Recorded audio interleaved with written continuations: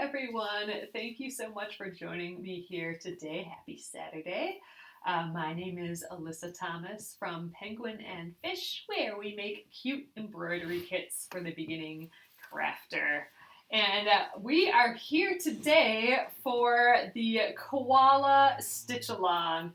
So I will be stitching up this cute little koala. This little koala and his little baby. We'll be stitching that up today. And we'll be doing the entire thing from beginning to finish. So we are doing this to raise money for Australians for Animals, which is helping small shelters in Australia who are affected by the brush fires, or the bushfires.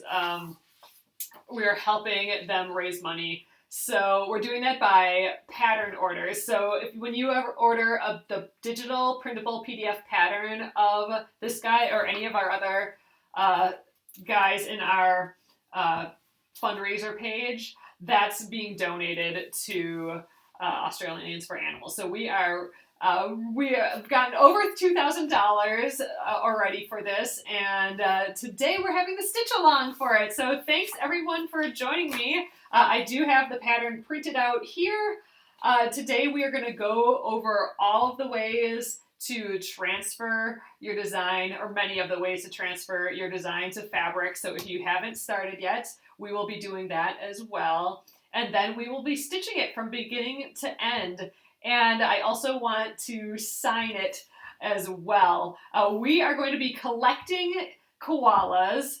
So you don't have to send your only one to me, but we're going to be collecting koala embroideries so we can make a koala quilt as well. So feel free to send your finished koala that you finished today to me. I have information on that below. We are going to be making a quilt and auctioning it off as well, so we can donate that money as well. And if you wanted the quilt, you'll be able to bid for it coming up once we have it made here. So I'm collecting embroideries, and I think it'd be just so neat if everyone signed the embroidery that they send to me, and maybe put where you're at as well, and we'll make a quilt full of lots of little fun koalas. I think it's just going to be adorable, and they can be all different sizes on different fabrics, different floss colors, so don't worry about all that. We'll go over that a little bit more today, and feel free to ask your questions along the way. But yeah, so let's learn how to transfer our design, and we will stitch up this little koala. I think it's going to be just fun. So thank you guys again for joining me. This is a little different. Typically I'm on every weeknight at 8:30 p.m. Central. We are doing a special Saturday session.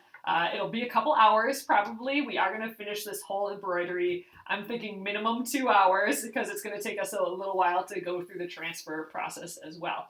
But I'm excited. Thank you all for coming in. I've seen your photos of getting set up. Feel free to post photos of your progress or your finished koalas in the Penguin and Fish Crafters Facebook group. I also have a link to that below. So thank you guys. Pam, yes, the replay of this will be on the Penguin and Fish Movies YouTube page when we're done here. So as soon as we get done, I will be uploading it there. And Nolene from Australia is coming in too.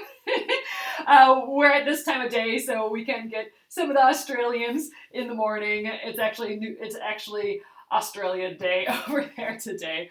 So awesome. All right, I'm going to flip you around and we will get started. Let's learn how to do some embroidery, and let's stitch up this little koala.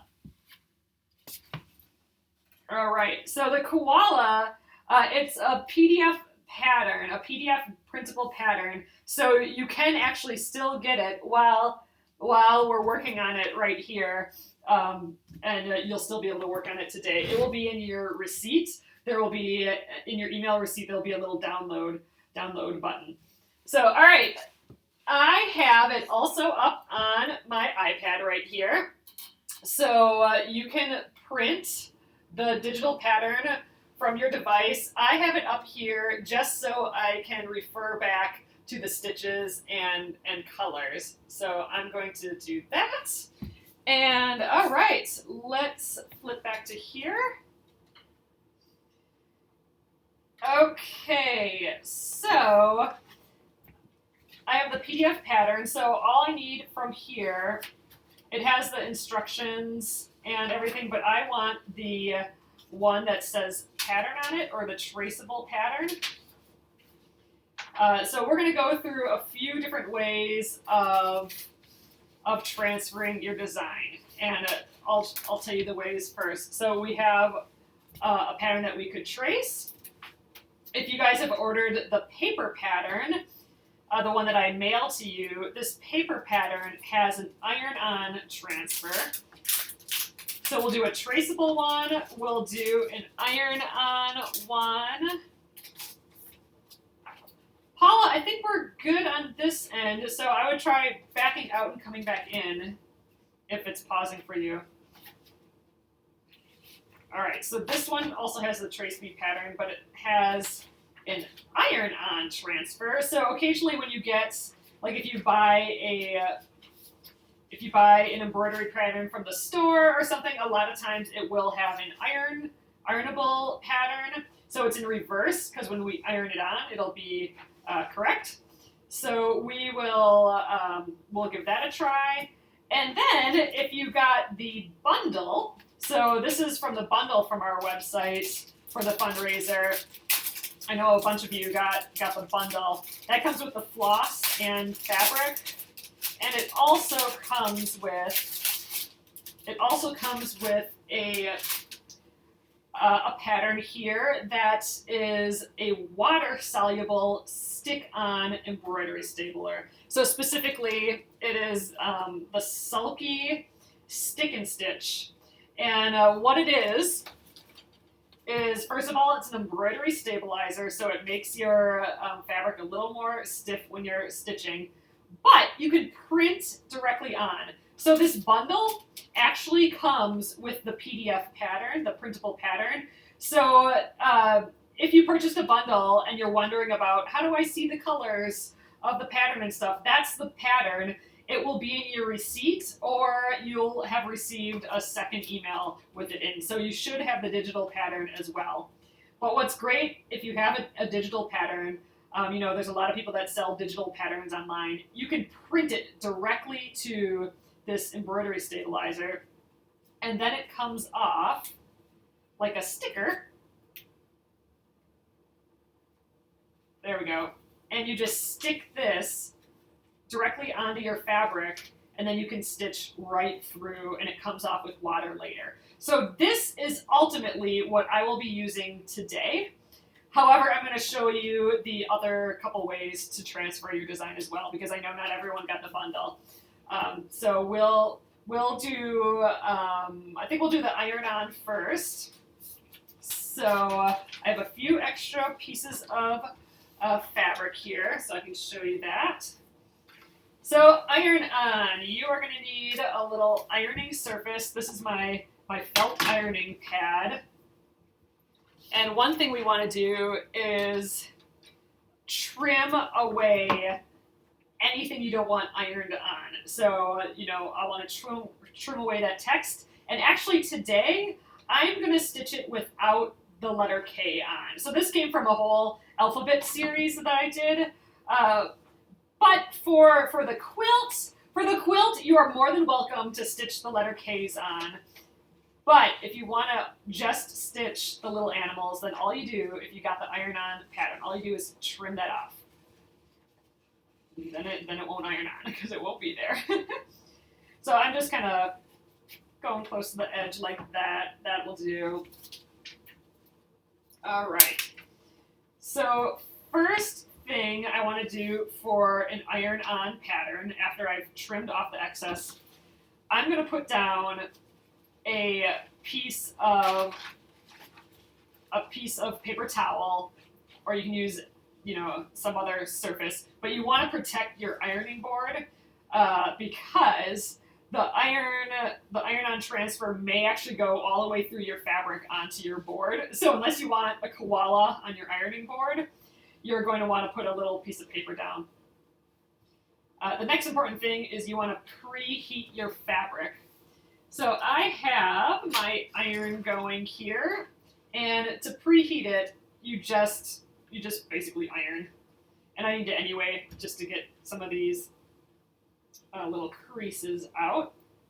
But you do want that preheated and warm. And your iron is just going to be the heat of whatever fabric you're working with. So mine's on high because I'm working with some cotton fabric here. Okay, so once you've done that, what we're going to do is we want to place the iron-on transfer with the iron-on side down so the ink is facing the fabric. That's why it's in reverse, because we're going to flip it. And I'm just going to center it. And then you're going to take your iron again. I'm going to just preheat that again right there.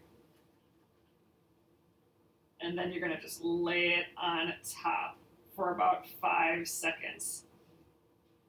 I'm going to shimmy over here. I'm trying not to move as much now that I'm on here. Oh, there we go. It's coming off right away. Because if I wiggle too much, then it'll wiggle the pattern. But there we go. Easy peasy. And you can use this pattern a few times as well. Like I've gotten like 5 or so times out of this. Sometimes you have to hold it a little bit longer as you go, but that worked super well. So there we go. Pattern's ready to go. You can kind of see there's a little image of it on the paper here, so it's good to have that paper down for sure. But yeah, so that is it to the iron-on process. Now you're ready to put it in the hoop and get going. So iron-on transfers work super well, quick and easy. What I'm suspecting that most of you will be doing is tracing your pattern. So I'm going to go over that as well. So this is the printout from the PDF pattern. I have printed it out from my iPad, actually. Actually, I think I've printed this from my phone. It's a little difficult sometimes to print from a phone or an iPad at 100%. So if you can print from a computer, in the print box, make sure it says actual size or 100% to get it the real size. Otherwise, it'll just be a little bit smaller. That doesn't really matter. For the quilt, I think any size you make it will be fun. Feel free to make it larger. Feel free to shrink it down, whatever you want to do. But first things first, so I have another extra piece of fabric here. I'm gonna just iron the fabric again, just get that little fold out. It doesn't have to be perfect. It'll get ironed plenty more times when we make the quilt, but just so you got, less of a fold in your working surface. I think that's good.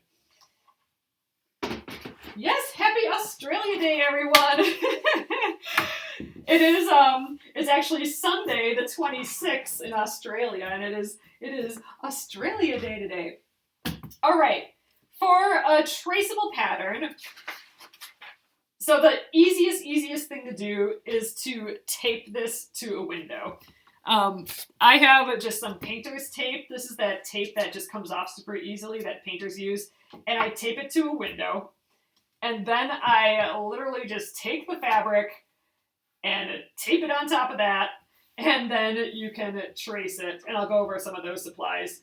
But it's so easy to do that. It just takes a little bit time to trace. With this white fabric, I can actually see right through it. So I can actually trace right through this fabric. If you have a light table, it's getting a little dark here already, which is crazy. But if you have a light table, you can turn it on. There I can see it a little bit better. And you can use that to trace. So I think I'll start tracing this one. I won't finish it just because I am going to use that water-soluble stabilizer, but I'll show you kind of a couple ways to trace this. So again, you don't need a light table. I did put a link to it if you do want to look into a light table. But literally just taping this to the window will work. And I'm going to tape it, I'm going to basically pretend this is a window. I'm going to just tape that. I think that's enough. I don't think I need that anywhere else. I'm going to kind of center the design. Hello everyone. Thanks everyone for joining me today here too. I know this is a little bit different time than our usual, but it's fun to do these these Saturday stitch-alongs every once in a while. I'm also going to tape the bottom just so the fabric's a little bit more wiggly than paper. So I think that's pretty good. If you're on a window, feel free to tape the sides as well. Okay, I'm going to just scooch a little bit down here. All right, and again, if you don't want to stitch those letter K's, then just don't trace it.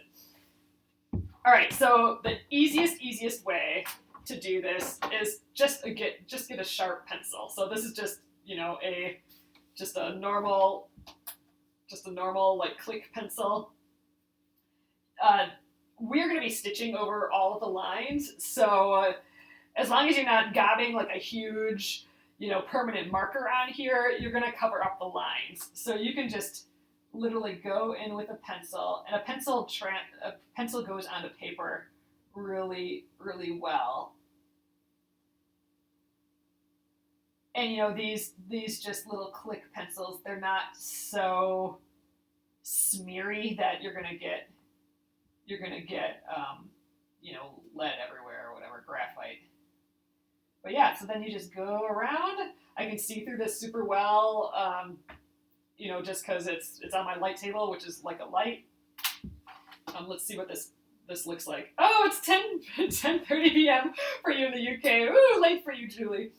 But there you go. So easy peasy. That's on the fabric. It's actually a nice thin line, so our stitches will for sure go over that. But yeah, you really don't need hardly anything for supplies. A piece of fabric, your printout, you know, just a normal pencil, and you're good to go. A different way that you could do it is if you have one of these water-soluble markers. I like using these a lot. By using a water-soluble marker, you'll be able to get rid of any of the lines. So if you're worried about, you know, pencil lines or something like that, when you're done, then just feel free to use one of these water-soluble ones. There's air erasable ones too that come off just over time with air. Those scare me a little because I'm afraid that I'm not going to be done with the embroidery by the time the lines go away. So I like these water-soluble ones. So they can spread a little bit on your fabric, but all in all, it's you know, you're going to be washing it out, so it'll go away. So those are the two methods I like using. If I'm going to trace, I'll either use this water-soluble marker or just a pencil. A pencil just really does the job just fine. But there we go. Let's see what we got going on there.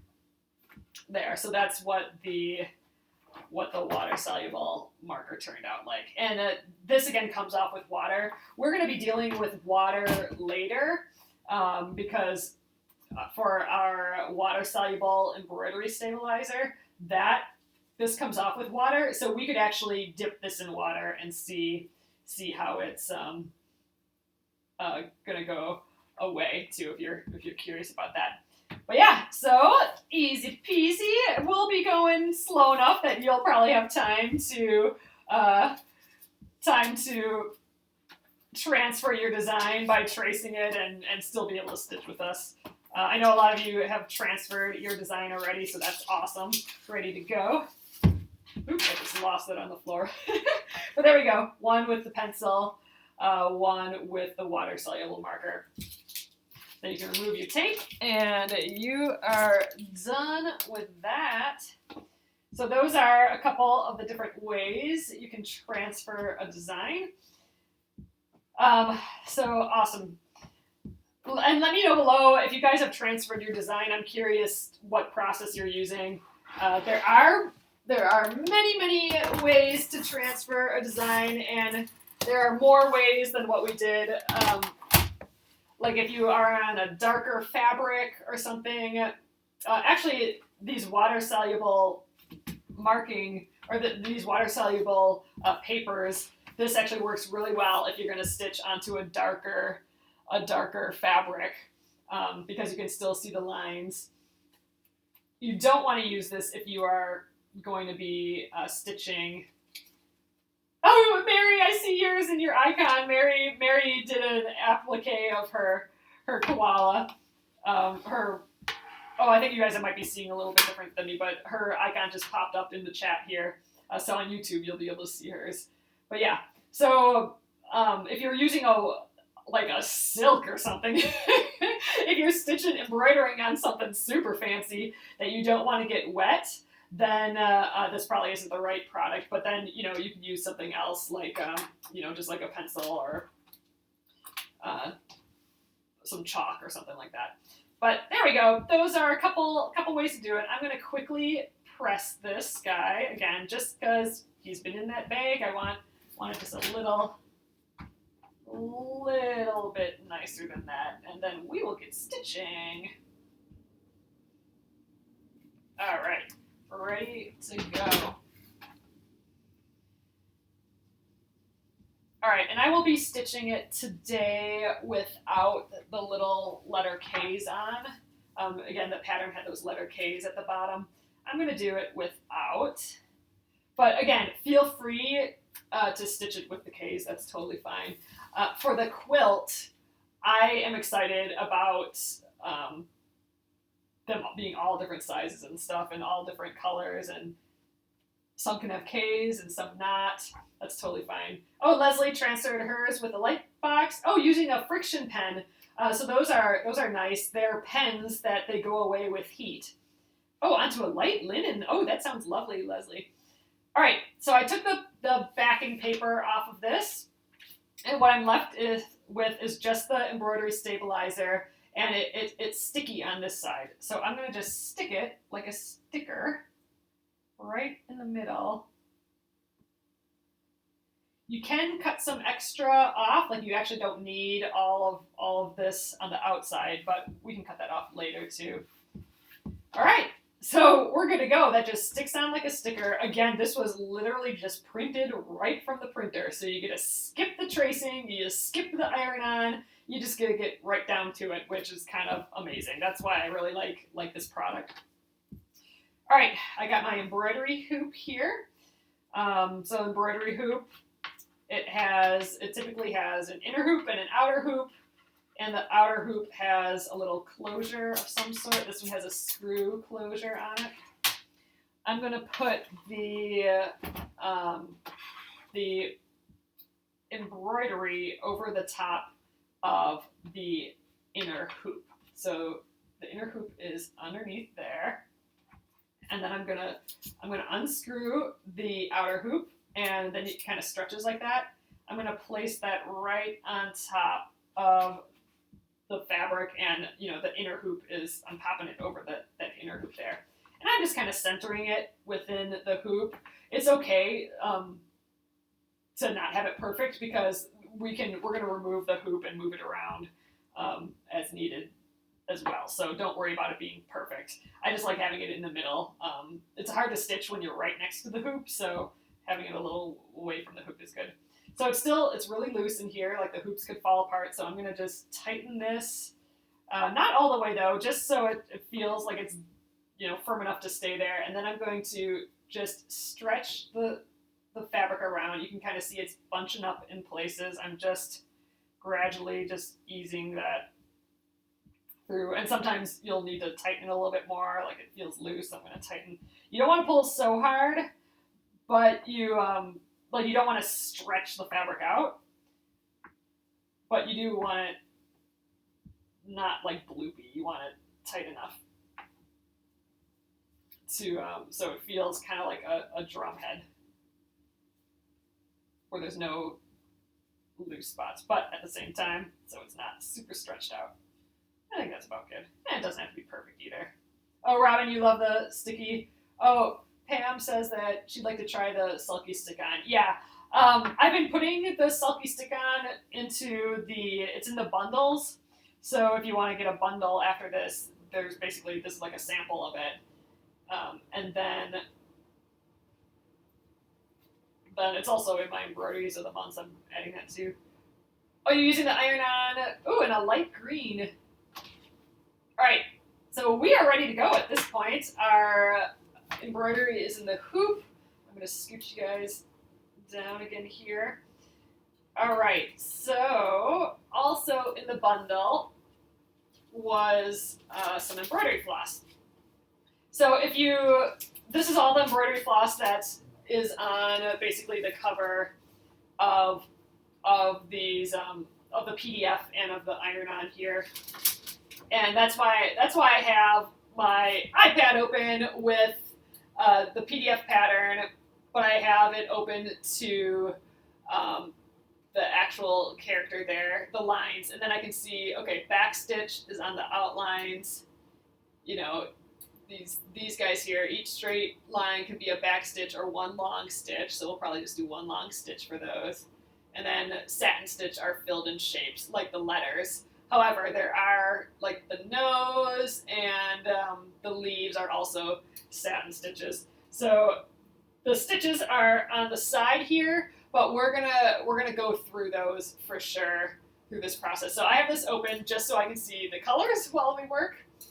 And okay, let's get going here. All right, I think that's pretty good. Okay, so I'm gonna take the thread out of here. I did list the DMC equivalents for these in the email that I sent out, so you can check on that. All right, I think, let's see, where should we start? I was kind of like starting with one of the fun characters, so I think I'm going to start with our big koala, this mama. John, my husband's actually stitching this with me too. He's in the other room. He's making a koala for the quilt right now. So I think this is probably his third embroidery that he's done. So he's starting to stitch as well. He said his sticker's stuck down. But I like working with a character first, just because it's fun to get going on. Just fun stitching a character versus like starting with a leaf or something. And then I kind of like starting with the things that are furthest back, and then going higher and higher. So I will probably start with like his little body here, and then we'll do the head on top of that. I kind of try to map it out, so I think maybe I'll start here, because then I'll end up here, and then I can wrap around the head, whatever's the straightest deal with the line, but really, it doesn't matter. You can start anywhere you want. But for funsies, I'm starting with the big koala, the mama koala, and that is the blue. So in the bundle, it kind of comes wrapped together. I'm just going to unwrap both the purple and the blue at the same time. I'm going to cut about a 24-inch piece, so like 2 feet there. Get my little scissors out here. That's a good amount to work with. You don't want like a super duper long piece, because it's just hard to pull. I mean, you keep having to pull it through the fabric for a while. It's aggressive on the thread, really, because every time you pull through the fabric, you're putting friction on the thread. So, and it's just hard on the arm. So a good 24-inch or so piece, that's what I like going for. Okay. Next up, I like stitching with 3 strands of floss. So this is a 6-strand embroidery floss. So this is like your typical floss that you can get at a store. It's called 6-strand embroidery floss because it has 6 strands of these little bitty strands. It's made up of six of those. And they come apart super easy. And that's on purpose, because in embroidery, you have the flexibility to stitch with however many strands you want. And I will get my little floss thickness guide out here. The difference in the number of strands affects the thickness of your stitch. So, for example, here's 1 strand of floss versus all 6 are right here. This is my little stitch, my floss thickness guide. So all 6 are there. If you want to do all 6, that's fine. There's plenty of floss in the bundle here. I like doing 3. That's kind of right in the middle. It's just my favorite way of doing it. A lot of people like doing 2 strands. That's pretty typical in embroidery, but I like the 3. So it's a good thickness. It's what I've been doing forever. You can use whatever colors you like. I am using, I believe this is, I do have a list here if you guys want to know while working on it. This blue is the DMC 799. So if you have a big stash of floss, but if you're making it for the quilt or for yourself, I mean, really, feel free to use whatever colors you like. I think, that's part of the fun is getting to decide that. All right, so I wanted this 3 strands of floss. I am going to separate the one.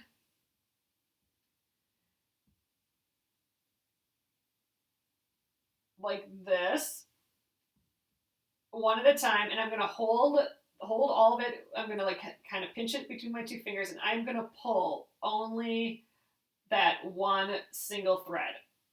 It looks like a giant knot, but as soon as that thread comes out, the rest all releases, and you can run your hand through it, and it's perfect. There's no knots, there's no nothing. It's not even really twisted. So that's it. Oh, it's a blue. This is kind of a bluish color. You can use a silver or a tan or gray. That would be really pretty for a koala. I'm using a blue here. I do have a little gray in here, but I'm just going to use that for their little noses. Oh yeah, the real color. I'm using a blue. All right, so let's grab the second strand. I'm going to pull that out. So this might seem like a weird way to separate strands, but it really, really is faster than trying to pull 2 hands of 3 strands out. It's faster than going like 3 strands in each hand. That can actually get it in more knots and twists than just going and it pulls right out. It's actually super duper easy and fast. I'm a convert.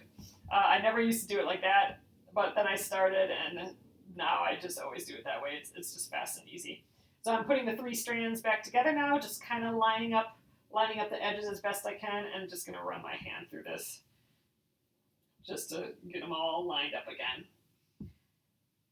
Okay, so I am going to grab my needle. So I gave my husband one of these needles. So if you get the hoop and needle bundle, that's this. I'm going to just grab the needle out of here. All right, so my embroidery needle. So an embroidery needle, some things to know about it is it's got a sharp point and a large eye. And it's really that large eye. Well, it's those 2 things. The large eye is there so you can get this fat floss through. Like this is much thicker than a normal just sewing thread. So it's wider, bigger. And then the sharp point helps go through the fabric versus a cross-stitch needle is a blunt point because it has holes in cross-stitch fabric and you don't want to pierce them. For embroidery, we do want to pierce the fabric, so it does have a sharp point. Oh, Yolanda, you do it this way too, with the separating the 3 strands like that. Yeah, I've seen people do that, and I always thought, that just looks like a waste of time, or it takes a long time. But oh my gosh, it's fast. Oh, John says one of his single strand got stuck, so you're getting the first strand stuck. I would just before you pull the 1 strand out, just make sure that you don't already have it in knots. Like make sure you don't have a pile of twisted stuff at the bottom that as you pull might turn into a knot. Just let it hang loose, and just pull a little bit slower so you have the 1, and then just pull slow, let it bunch up there. You could, if you're getting a knot at this point, just try and pull the thread out again. As long as you're still holding, you should be able to do that. So you can give that a try. If you're just pulling as fast as you can, then you might get a little knot in there. Yeah, the thread what Paula said, the thread should relax enough so you can pull it out. Nolene says, get another one. All right. So I am going to thread one of these ends. And I don't do the licking and like trying to get it within the needle like that. What I like doing is, first of all, I trim the ends. I think I did that already because these look pretty good. I trim with the scissors just so I have like all the threads lined up perfectly. And then I will put it between my two fingers and I will make like a pinch motion. So that's flattening it out. And now I'll like gradually unpinch. And the moment I can see a little sign of those two or those little threads there, and I'm going to place the needle right on top. I'm just going to kind of push the eye of the needle in between my two fingers, and that is pushing the thread through. And I really like that method of threading. So again, oh, Gina's a licker. In dire straits, I will give it a little lick, but usually this does the job. A clean edge that you cut, and then pinch, and again, just gradually open and throw that needle, the eye of the needle, right on top, kind of wiggle it down, and those threads should come through. And I can just even grab it with this side and start pulling it through. So there we go. Oh, Leslie Ann says, this method of threading changed my world. Love it. That's great to hear. I do like it too. All right. One other thing before we get started on here is if you've embroidered with me before, you know that I do not like having knots on the back of my embroidery. So typically, if you want to start embroidering, you tie this end in a knot, you pull it up from the back, and you start stitching, right? But then we have a little knot on the back, and what I find is that if I'm stitching somewhere else in the piece, I may have caught, like if my finger is a knot, I may have caught the thread on that knot, and I keep stitching, and I don't even know that my thread got caught. And then now I got this big giant loop on the back, right? So to avoid that, I like embroidering without any knots on the back. I think it gives a nice clean look. Like here, I don't have any knots. Here's an example, the back of my floss thing. It's just nice and smooth. What I do instead is I weave in all my ends. All right. Oh, so John said that the pinch and thread method worked for him. So the problem is I don't have any stitches yet to weave in the ends.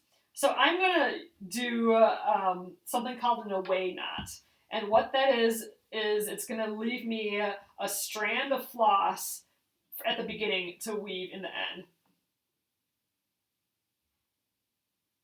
Oh, that's true. Yes. So Arloa says that, yeah, so if you're having trouble threading it on one end, try the other end, because thread does have kind of like a grain to it. So it might be like rough on one side and smooth on the other, and it's really hard to tell. But if you are having trouble threading, try the other side, and that might do it. Oh, Yolanda says, yep, I've done that, getting the knot caught on the back and never noticing. I know, it's so frustrating. So this is going to eliminate that completely, which is awesome. But we do have to start out with a knot. So I'm going to tie a knot on the end. This will all make sense once we're done with stitching this first thing of thread here. So, all right, I got my knot. Okay, and I said I was going to start, I think, with his little hands here. I'm going to go around the bottom, I think, and then get the head afterwards. So I want to start, so this will be my first stitch right here. So I want to find a spot that's like 4 inches or so away from there. So I'm going to just go right up at the top here. And I'm going to go from the front of the fabric to the back. So we will, so you'll have your little knot up there, and we will come back to that later. It seems goofy now, but it will make sense. And yes, you don't want to be skimpy on this. You don't want to go 2 inches. You want to go at least a good 4 inches away. It may seem like you're wasting thread, but You'll only have to do it really this once, and it will just be so much nicer than having a knot on the back. So, all right, we got that up there. Looking at my guide, so this is all backstitch. Anywhere you see a line on the pattern, so all these lines are back stitches. The only thing that's different is a satin stitch, and those are for the leaves. We'll do a satin stitch for the leaves. Satin stitch is a filled in shape, so we will fill this all in with stitches, and then we'll also do the nose, their noses with satin stitch. All the rest is back stitch. Feel free to use whatever stitches you like. I know some people have done stem stitches or split stitches, but in this case, we're going to do the back stitch. So we're going to start, we want to do this line. So I'm going to go from like left to right. You know, we're going to just follow the line and then jump to there. Okay, good. I'm back here. So I'm hoping, we'll see how that goes. We're having a little trouble with just phones and stuff heating up here too much. I don't know. Time for a new phone or something here. But yes, so hopefully that doesn't happen again, but it might, which I super apologize for. I'll just keep popping back. So if I don't come back, I will write a note in the Penguin and Fish group, but I'll just keep trying to see if this keeps working. So sorry about that. And we're going to be going for a long time, so we'll see how it works. Newbie question, do you thread the 3 strands and then tie 6 together? No, I just have the 3 strands and I just tied a knot in the 3 strands there. So we are only working with 3 strands. The only time I have 6 strands is when it's coming through the needle here. And if I go like this, then that's 6 strands. But nope, we are just working with 3 strands. All right, so I made that a knot right there. I'm going to come up on this line here. For a back stitch, you actually are starting, I'm not starting right at the beginning. I'm going to start a stitch away, and I go about like an 1/8 inch or so stitches. And we're actually going to go backwards on our line. So ultimately we're going in this direction, but for a back stitch, you're starting a stitch forward and then going backwards. So there is our first stitch. And then we go forward a stitch. So we're going forward there. And then we go another backward stitch. So that's why it's called a back stitch, just because even though you are eventually going forward along your line, the stitch you're making is actually going backwards on the line. So here's here. Oh, your new iPhone has been doing that too, Robin? I don't know. So sometimes like it can go months with being okay and not overheating, and then all of a sudden it'll be like emergency overheating all the time. And we're trying to work through that. So it's a bummer that it's happening right now, but hopefully it will just come back on. Luna, so Luna's asking how we stuck the pattern to the fabric. This is a product called Stick and Stitch. So it's by Sulky. It's Sulky Stick and Stitch. And you can print directly to that. So I've just printed our digital pattern directly to it and then cut it out and stuck it on. I love using it just because I can print directly to it, and then I get to basically skip the transfer process. I mean, there's a little bit of process at the end because I do have to take it off. It is water soluble. Yep, pressed on. Oh, I didn't even press it on with an iron. It's like a sticker, and then you can wash it off afterwards. All right, so we got that first little hand done. I'm gonna start this next one. You may notice I am rotating my embroidery quite a bit, and that is just for comfort. Whatever feels best for you. What I like doing is stitching in a way that I can feel the back with my left hand. So I'm actually feeling that needle come through. I'll just even stitch this. I'm feeling all the thread come through, it's kind of like a third eye on the back. I can kind of, see what's happening on the back by just touching it with my hands. You can see if there's a knot that pops through, you can feel that. So I just get into the habit of having my hand back here, just feeling what's going on. But that's why I'm rotating. I'm kind of rotating so my hand in the back feels the best. So I can reach the best, basically. All right, and this is all, that's it to the back stitch. You're going forward with your stitch from underneath and backwards with the stitch when you're on top of the piece. One string at a time. You've changed my life one string at a time. Nice, Arloa. That's good to hear. Hey, Pam. All right, so again, there are a lot of stitches that make lines like this. My personal favorite is this back stitch. And I think the reason I like it, and I've said this before, the reason I like it is I love how kind of beady it looks. So I don't know if we can catch the light at all on here, but you can kind of see, every stitch, the light hits it, and it looks like just a little string of beads, a little string of stitches. And to me, that just screams embroidery. Like, to me, embroidery is stitches, it's texture, it's thread, and the back stitch, you just get all of that. So I like it. I just think it's a sweet, lovely way of doing a line. But again, it's all about the look, what look you want to have. So there's different options for sure.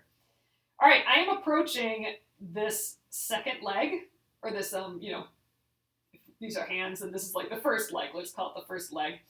I'm going to stitch that first, and then I'm going to come back to this line. I always prefer stitching whatever's the farthest back first, because what I like is when the things that are in front, so like this body, this leg is in front of this back leg, I do like when those stitches kind of cover up where the back lines meet the front, like there and there.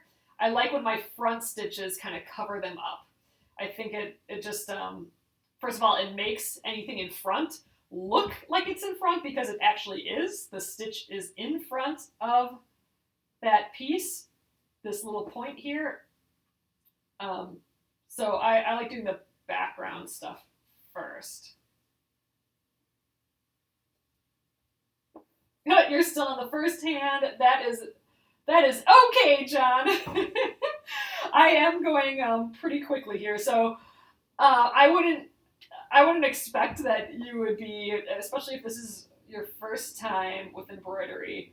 I wouldn't expect you to go as fast as I'm going. I am trying to just go a little quick. Oop. I'll get to this knot here quick, but I'm going a little quick just because we don't want to be here for 8 hours. So I'm just trying to get through the process for sure. But if there's anything that's holding you up, let me know and we'll work through it. So one thing just happened. I know you guys can see this. So I felt that, first of all, I felt a knot happen on the back of my embroidery because my hand was back here. But I bet you if you've done embroidery before, or if this is your first time, you're going to come across some knots that look like this. They just are like little, I think this isn't one of those knots. It might have come out already, but you'll get a little like loopy knot. I don't think that actually became a knot. I think I just kind of split my thread a little bit. Oh yeah, that's fine. So that wasn't actually a knot, but if we get one of those loopy knots, we'll go over how to get them out. Maybe I'll just even try and create one. I don't know. But yeah, so at some point down the line here, we may end up with a weird knot on the back. And there is a way that you can get those out.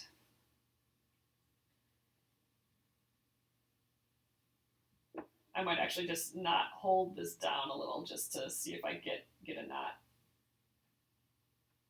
If you do get a knot, if you stick your needle in the loop, the loop that it makes, and just pull up, the loop will go towards the needle, and then you can just pop it out. That's typically what happens. I don't know if we'll get one of those knots or not for me to show you, but yeah, sticking the needle in the little loop part and pulling usually does the job. So other thing you might notice is that I'm kind of coming up right on the line, right? I'm in the back of the embroidery and I'm able to come up right on the line right away. That's not because I magically know where to put the needle up to be perfect.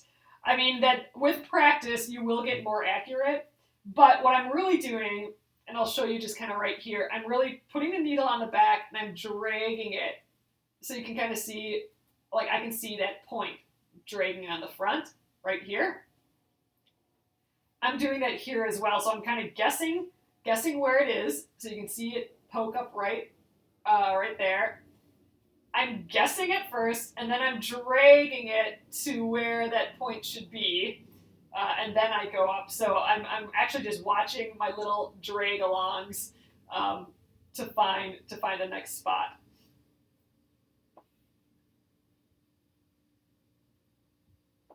So here we go again. Like, yep, see I started here, now I'm dragging it to that point, and I'm just doing that quickly.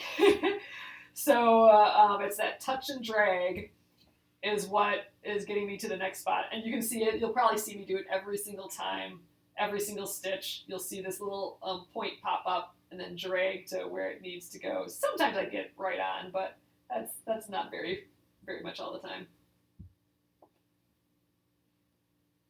Oh, you've already had 2 of those knots, Gretchen. I'm gonna see if I can recreate one of those. Let's just see. So I'm gonna go on the back and see if I can. What's happening is your thread's getting like stuck on a loop almost. So let's see if I can. I'm pulling and pulling and pulling, and it's like, oh crap! There's a knot. So there, I was able to recreate one. So this is a common embroidery knot situation where you have like a loop that comes up. And again, it's just from all your thread getting looped around itself on the back. Having your hand back there will help.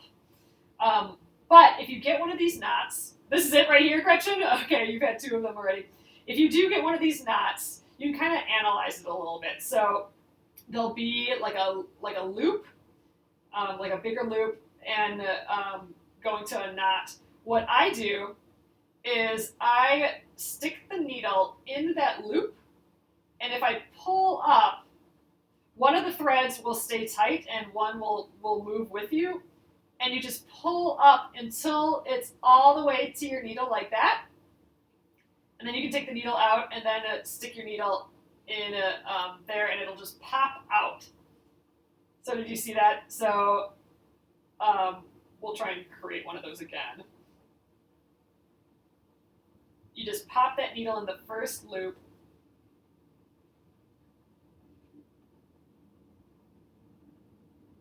All right, so let's see if I can make one of those again. Your thread's just getting kind of looped around itself.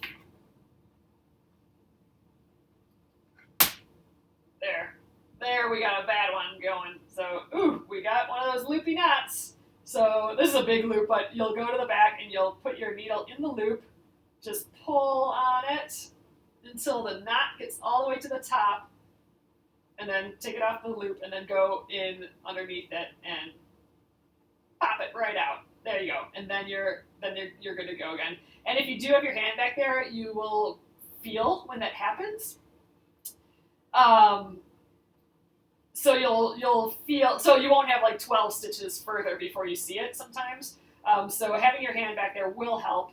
If you do end up with a loop like that, it is not the end of the world. You can just kind of stitch it in later if you need to. But yeah, so that's once I figured that out, that was like a game changer for embroidery for me. Like, oh, I just stick the needle in there, and then that loop pops out. But yes, I am definitely familiar with those loops. One other thing that I'm doing on the back to avoid that is I'm having my hand here, but my thread is on like this side of my finger. I'm kind of like pushing that away from the line, and then I'm doing the next stitch. So now at this point, my hand is still holding this thread away, and then I'm pulling through. So it doesn't have the opportunity to loop on itself because I'm holding the fabric away. And then I move my finger at the end there. So my hand is doing quite a bit back here. It's being helpful.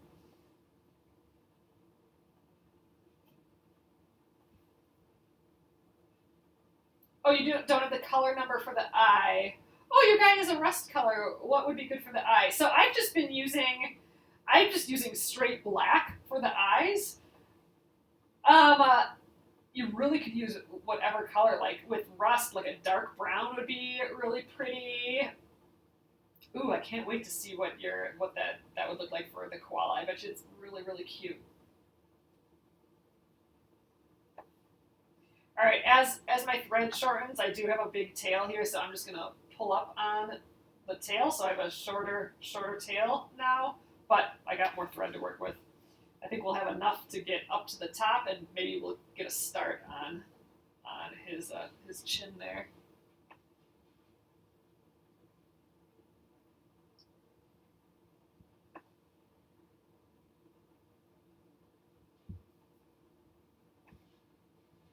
Oh, like this is a cute little blue. Blue, not exactly a koala color, but it's kind of like it's similar to like a gray, I suppose.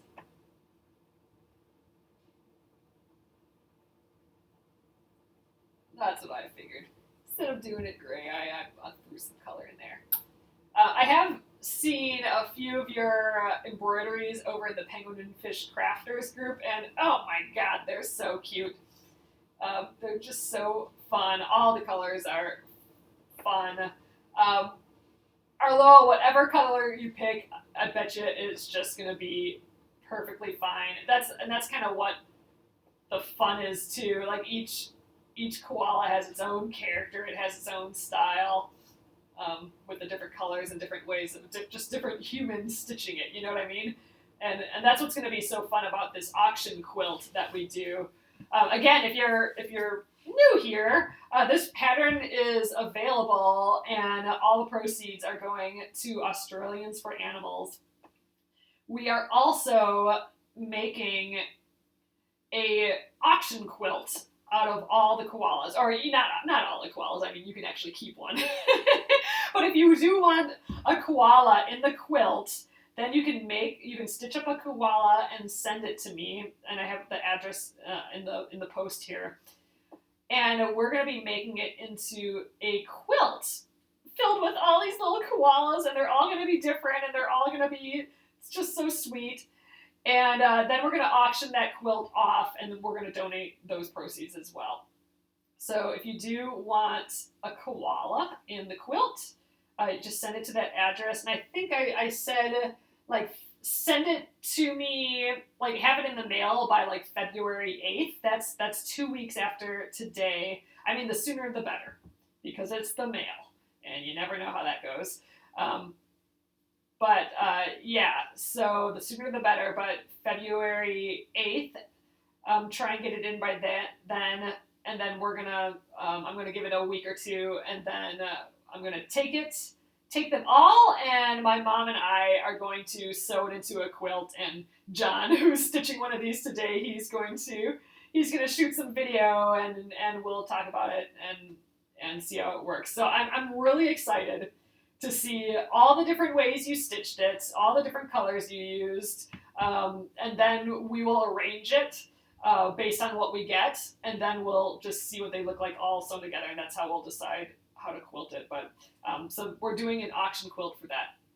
I know Aussie mail is so slow, so make sure you get it in the mail real quick for that. I will wait a little ways, and if we get a ton of these, we might do more than one as well. So if there's some that come up a little bit later, then we'll they're not going to be thrown out. We'll make more out of it, and then we even make like smaller pieces to donate or to auction off as well. So they'll be put to good use even if I get it super late. We'll auction it we'll turn it into something to auction. All right, I kind of stopped here because I am getting close to the end of my thread. I got about maybe 4 inches left. I think this is actually a good time to stop because I don't have enough. Oh, Chilean mail is slow too. I know. I'm hoping to give it enough time. So yes, if you are overseas, if you're not in the U.S., try and get it in before these 2 weeks. So I'm hoping like if you're overseas, you can get it in like this week or real soon here, and then that'll be the 2 weeks that it'll take the rest of the U.S. people to send it to me, and then I'm going to give it probably another 2 weeks just for mail. So yes, if you're overseas, sooner the better, and just sooner the better in total. All right, so I'm gonna go to the back. I'm gonna finish this stitch, and there we are. Looking good so far. I'm gonna flip to the back. Looking cute on the back as well. So you can see that long thread that we started out with that knot. We're gonna address that soon. Oh, raffle tickets. Oh, Paula, that's interesting. Yes, so we haven't figured out the auction details or anything yet. So yeah, any ideas for that? That would be good. What size koala quilt square for the quilt? Tamara, it can be any size. We are going to cut them down after though. So if you're stitching it on like a 6-inch square or larger, like this is an 11 or so, 10 and a half, 11-inch square, that's fine. Just send me the whole square. And then we will trim it down based on when we get them all. We'll lay them all out and see what happens. Just don't cut it like real close. So you just have a little extra on and just send me that. I mean, you don't need a ton. You don't need to do like a whole big piece, but if you got a 10-inch square or so with it in the middle, that's perfect. All right, raffle tickets would raise more money than an auction. Great idea. Yeah, I'm going to look into that. I hadn't thought about that. That's the thing. I've not done an auction before, so we'll any ideas like that are great. Or if any of you guys have experience with doing an auction, let me know. Like, email me after this, like at info@penguinandfish. All right, so instead of tying a knot here, I'm going to weave in the ends. So like I said, I don't like having knots in the back. So what I'm going to do is I'm going to just kind of grab as many stitches as I can for like about, 3/4 of an inch to an inch and pull the thread through. But I'm going to do that 2 more times. 2 more times. The 3rd time is what kind of locks it in place. So 2 times you can still kind of, if you tug, you can pull it through, but that 3rd time, it's that 3rd roundabout that it locks it in place. So back and forth in one spot 3 times, then I can take the needle out, and then I can trim actually really close to the stitches. Like I don't have to leave a lot of floss. So there, not only do we not have a knot, we are absence of knot. We actually don't have any of those little frayed threads everywhere, because those threads on the back you can accidentally pull to the front too, so that's no fun. So there we go. That is woven in the end, all nice.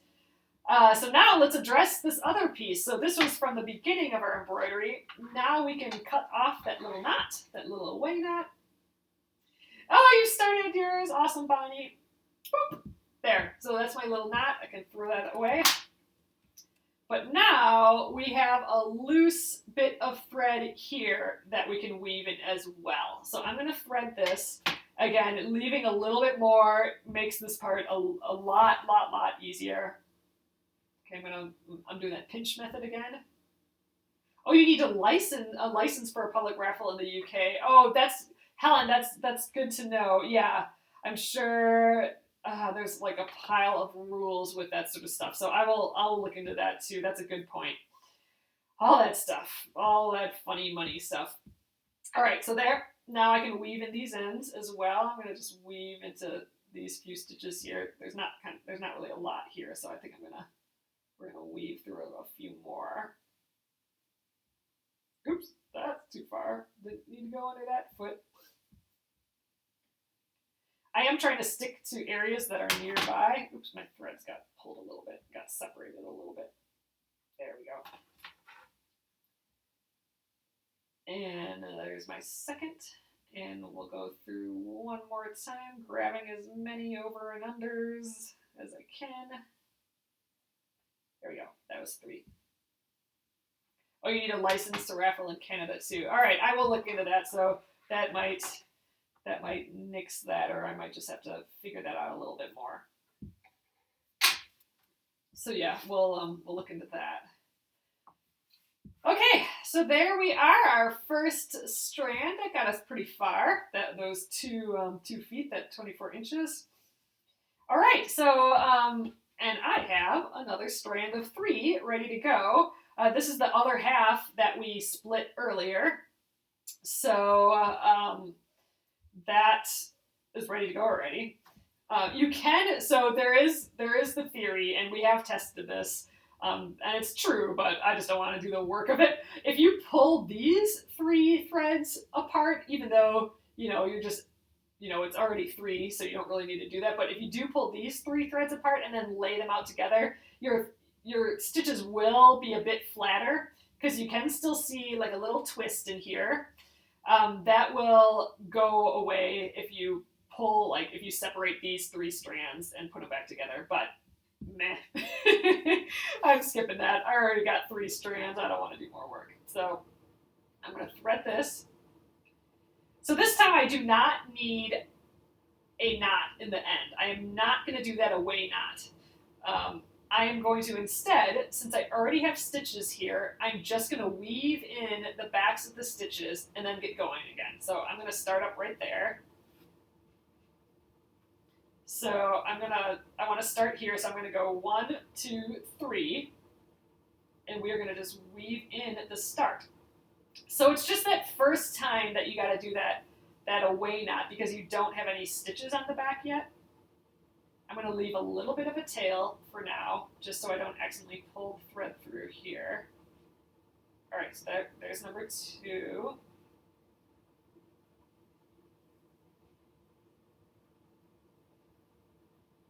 And then here is 3. Oh, that's interesting. In Australia, charities don't pay tax on donations. It's so fast. I mean, like, if you're interested in numbers, that whole tax crazy law and rules on that would be like, well, a lot of people's full-time jobs. All right, now I can snip these threads away. I don't need those there. Now that we've woven in 3 times, there we go, and we're ready to go again. It gets a little bulky here, but again, I do like the no knots. We haven't caught our thread on anything yet because there's nothing to be caught on here. All right, I'm going to rotate this again just because it's better in my hand. There we go. So I'm going to continue. We're going to continue the head here. Oh, maybe we'll stop and do, yeah, we'll go to here. I'm always trying to map it out a little bit. So at first I was thinking, oh, I'll go all the way around here and we'll do this ear. But then I'm stuck over here and I haven't done this ear. So I think what I'm going to do is I'm going to go halfway up the ear.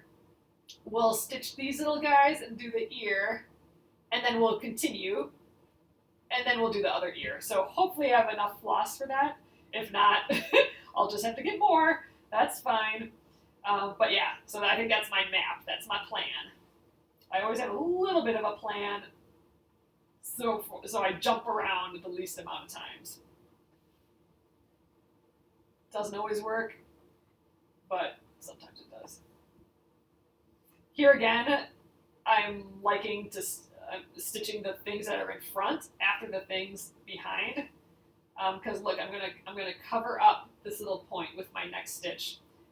That's the same as what we did here. Like this stitch covers up this leg that's behind, and this stitch covers up that leg that's behind where they meet. And it just makes the body, it just makes that stitch look in front. And the same thing here, I want the head to be in front of these arms. So that's why I'm doing the head afterwards.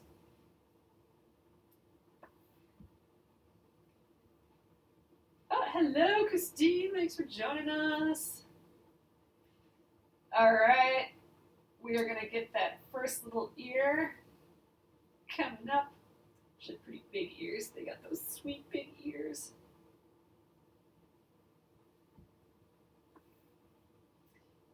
All right. I think I'm probably going to go halfway up and then jump down there. Just because then I'll end up probably with this line, and then I won't have to jump way back down there. So I'm going to go a little ways up. And, you can do it however you want. It's going to work out. I'm just telling you what my brain's thinking. Like, ooh, I'll just go a little higher, and then I'll end up there, and then we'll map this out. And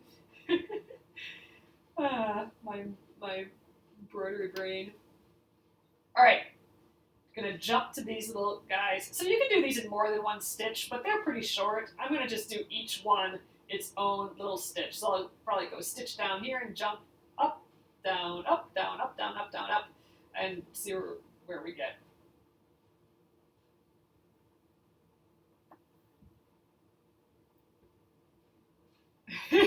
I think John's still doing it. Maybe he'll pop in later and we can see his progress a little bit.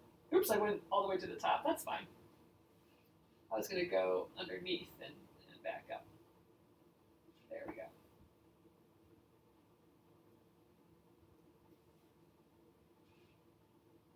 I like these little ears.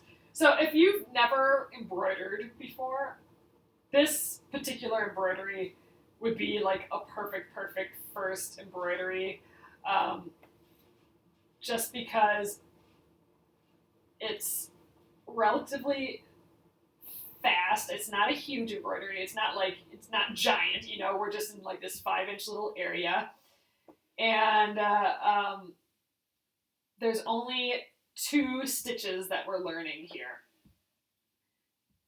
You would probably come on sometime, John.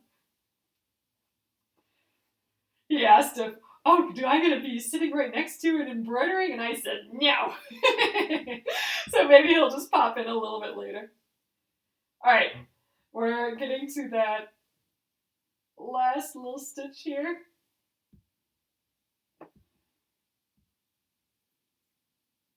Yeah, I think he'll pop in and show his progress. I hope he's actually working on it in the other room there and he's not just saying he is. I think he is. All right, we're going to zip up around that ear. Oh, look at these little furries. They're so cute. You have a big knot on the front? Oh, man. We'll have to figure out how to fix that.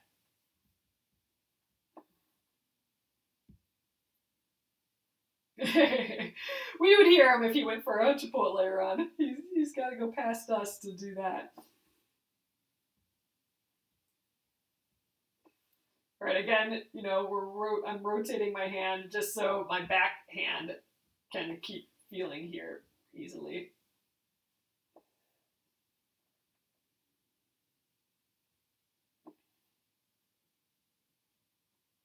We're actually going to be almost done with this blue color soon.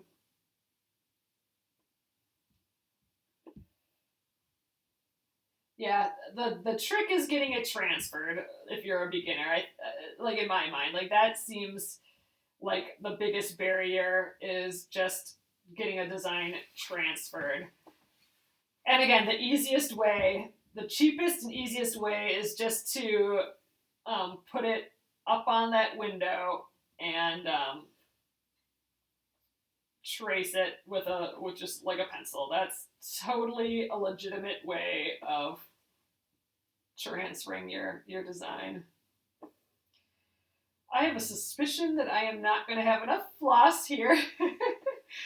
Oh, well, we'll see how the rest of this goes. But I suspect I might have to get like 2 more inches of floss. Oh, you did one in brown, Shirley? Oh my gosh. I cannot wait to see all of these. They are just so fun. I love all the different colors, and even with the same colors, just everyone, you can see everyone's hand in it. Everyone does it a little different, and it's just really neat knowing that someone put their time into it. You know what I mean? Like, there's love going into these, that's for sure. Does the downloadable PDF? It does not show the floss colors. It's an older pattern, and I didn't do that. But in the email, I did post that. And actually, when we're done here, I will post in the Penguin and Fish. I'll do it on the main page. So on this Penguin and Fish page, I will post a list of the colors for you. Or actually, if anyone is here and gets my emails, in my email, I did post those colors. They can copy and paste it. And then I'll post it as well. But yeah, I have them here too. If you're wanting to know right now what a certain color is, I can definitely tell you.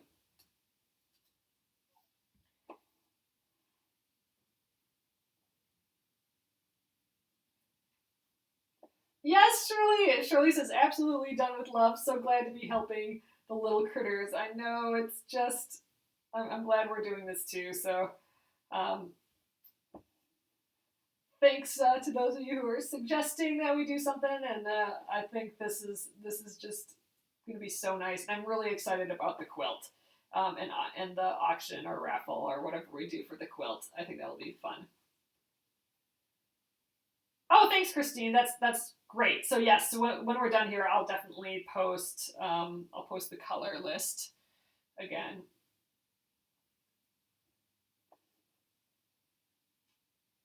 Oh, I'm really pretty sure that we're not gonna have enough floss. Boo. Luckily, I mean, there's tons of floss that comes with this bundle. So even if you stitched with all 6 strands, you would have enough thread, hopefully. If you are stitching with all 6 strands instead of separating it to the 3 strands, it may be a little difficult to pull your needle through. That's because it's, a lot of fat floss pulling through a tightly woven piece of fabric. It won't be impossible. Like, it'll still be relatively easy to do. But if you're having trouble with that, maybe try doing a little less threads. You can also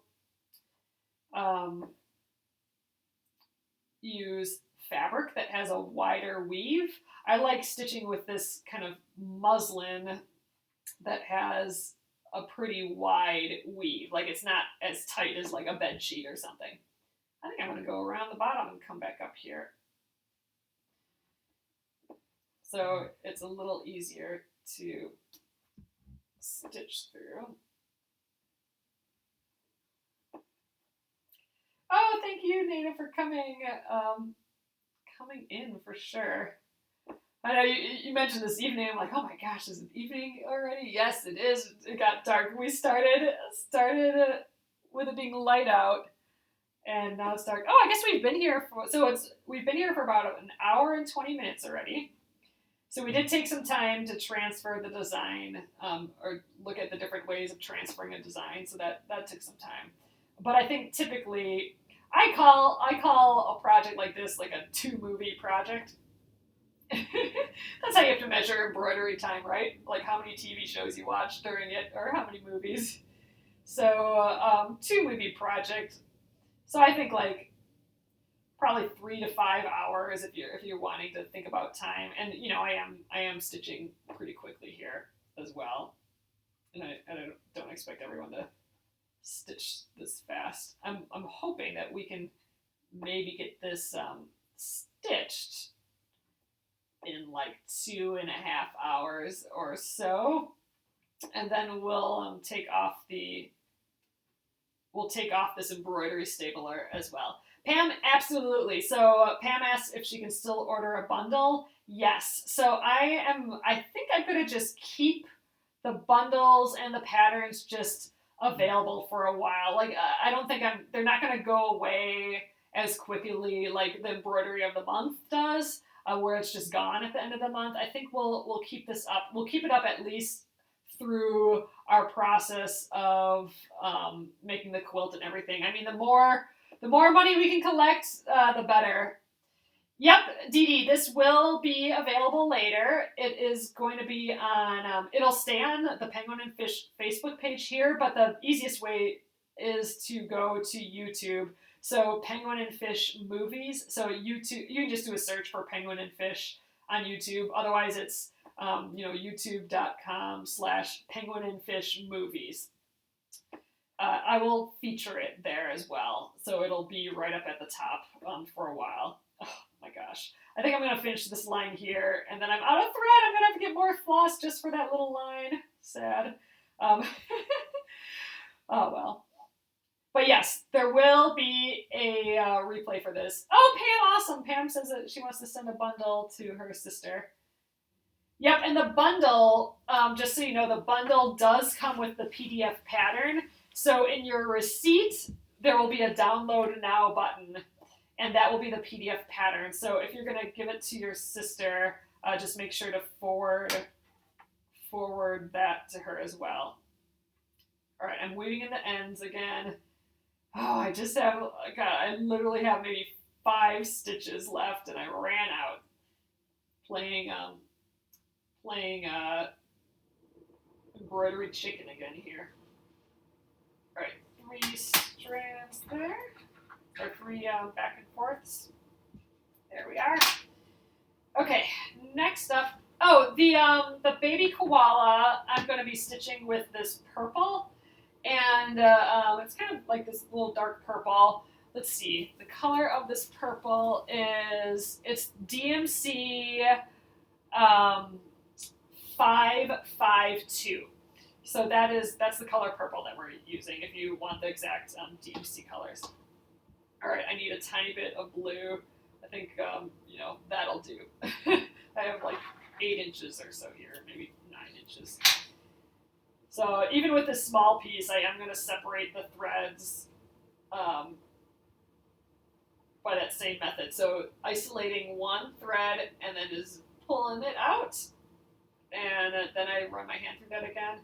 It's a really quick way to do it. Now, it won't work if you're trying to pull more than one strand, even 2 colors. Oh, John says, I did manage my path very well, so I have to cut and now start the last year, so you don't have a giant string sitting across. Okay, you're figuring it out, though, John. That's awesome. All right, let's pull this last thread out. I think John has stitched my Craft a Happy Life embroidery before, and he's stitched the giraffe with the 2-letter G's. He's stitched that before. So this may be his third ever embroidery. So I'm excited that he's doing one. He wanted to make one for the quilt, so he's making one today too. All right. So there, my little piece. I could have probably cut a little bit more. We're going to weave in the ends again, and then all I have left is this just little shimmy of a line there. But then we're done with the blue. The little mama guy is done. Mama bear.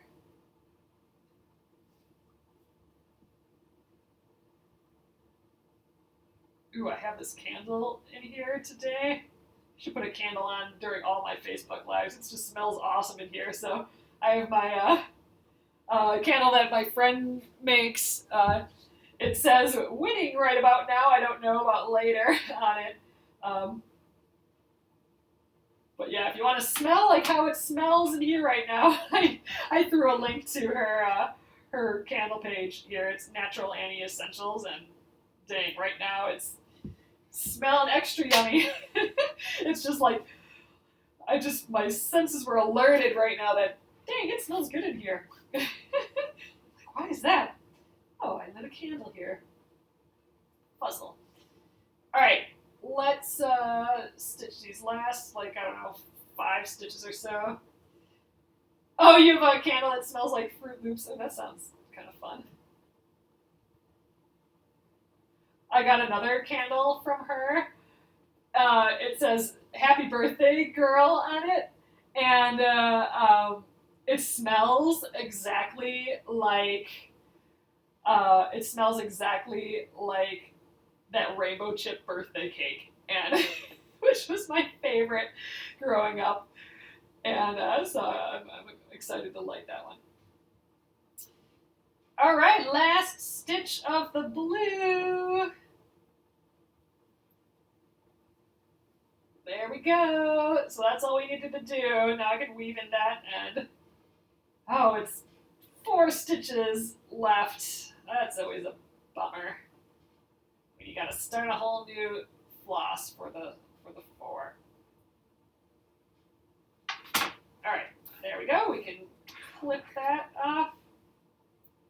The ears are kind of cute on the back with these little stitches. All right, that's how the back's looking. Here's how the front is looking. All right, so what do we want to do next? I kind of want to do the little baby right away. Should we get the baby done? Let's stitch the baby. Okay, let's stitch the baby, like how we did the outline here, just because I'm sad that he's not done yet. I want to do the little guy there. And then I think we'll finish up our back stitches. Like, let's do this, this stem. And then we're going to move on to the satin stitches. So this green here, that's all satin stitches.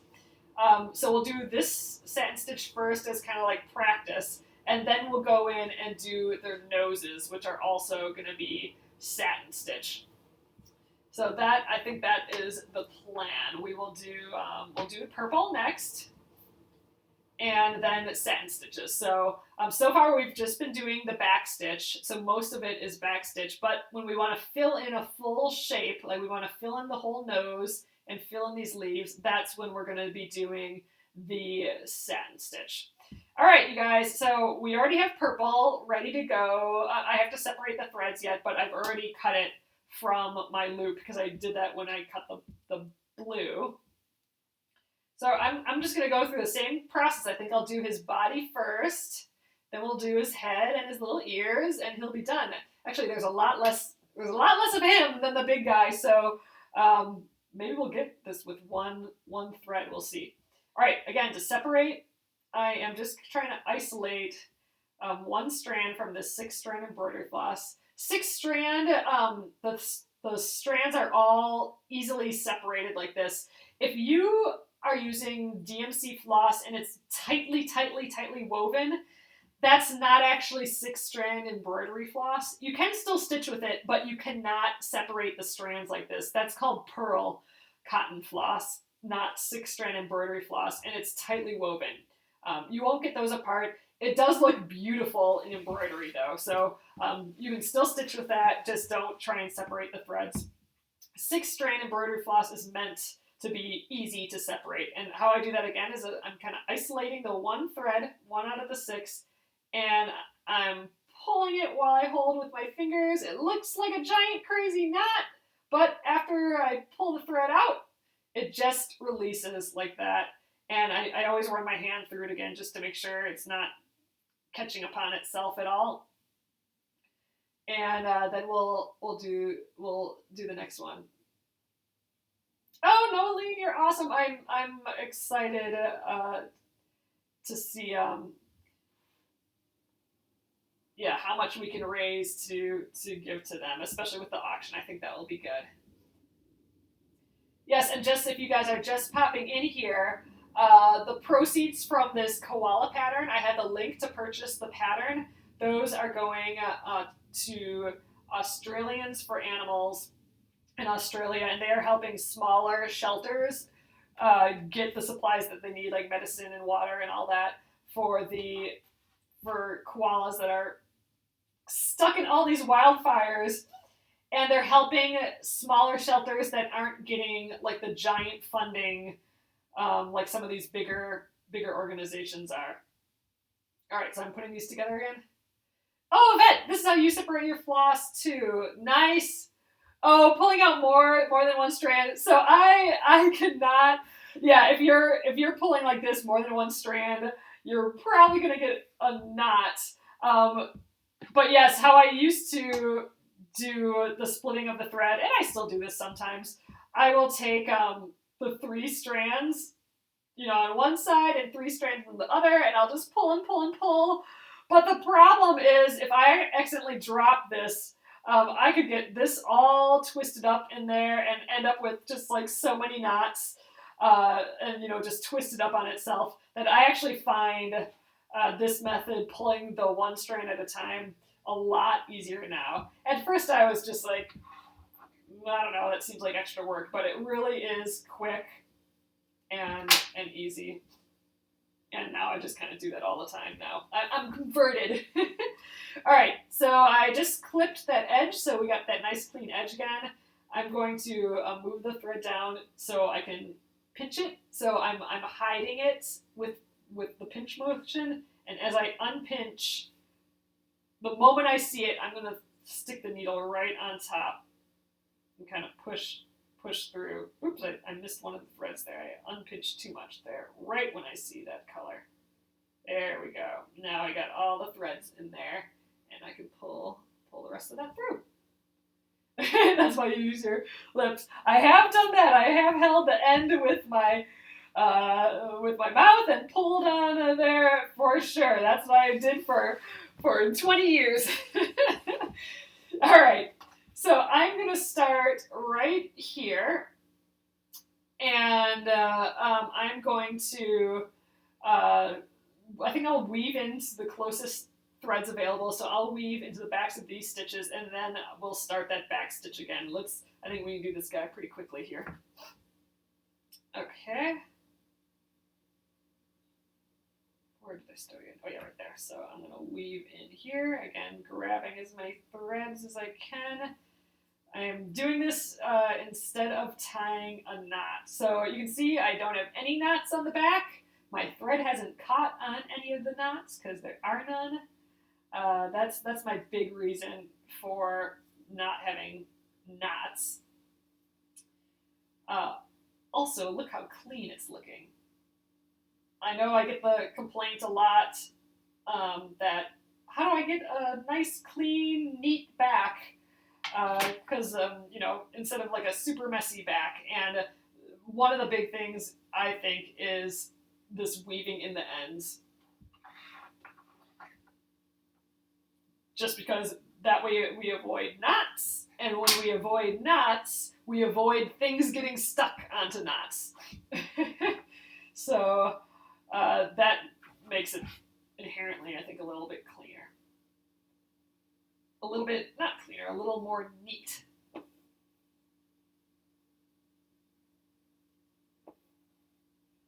Yes, exactly, Nolene. So what Australians for Animals is doing is they call it adopting. So they are basically adopting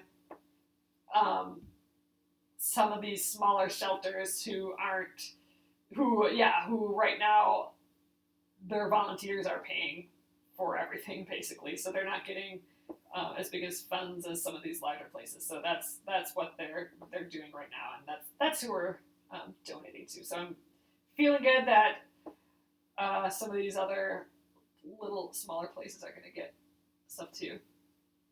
You cannot thread the needle like that. Oh, you've tried a million times. Oh, I guess you'll leave the DNA. Yep. So Marlene's implying that she's licking the thread. Do what works for sure. I know if you're, not that this is you, but my mom has said this, if your eyesight is just not as good, then it might be a little bit more difficult. I find it just easier to not have like a thread dangling out that I'm trying to get the needle in.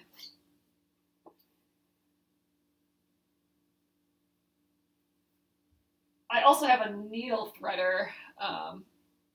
Let's see. Oh yeah, I can thread it with a needle threader too. That's always an option. Oh, Giselle, you use a little metal needle threader. Yeah, I'll show you guys what that is on our next thread. We'll thread it with a needle threader. Aw, little purple guy with the blue guy. So I am stitching these in kind of silly, bright colors. Feel free to stitch it more realistic if you want to go with a gray or a brown or or even like a silver would be pretty. Or like go crazy, like do like a bright pink variegated floss or something. Like that would be so lovely as well. Well, I think. Oh no problem, Yvette. I mean, you guys, if you have any questions, feel free to ask. It's fine if I talked about it already. I know everyone's jumping in at different times and stuff. So I'm more than happy to answer again. And if I don't answer, it's probably just because it flipped by too quick, the comment. So I probably just missed it.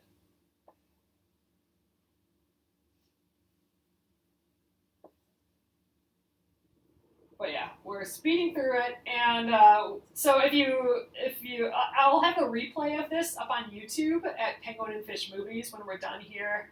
It'll take about a half hour or so for me to get it up. So you'll be able to watch again as well.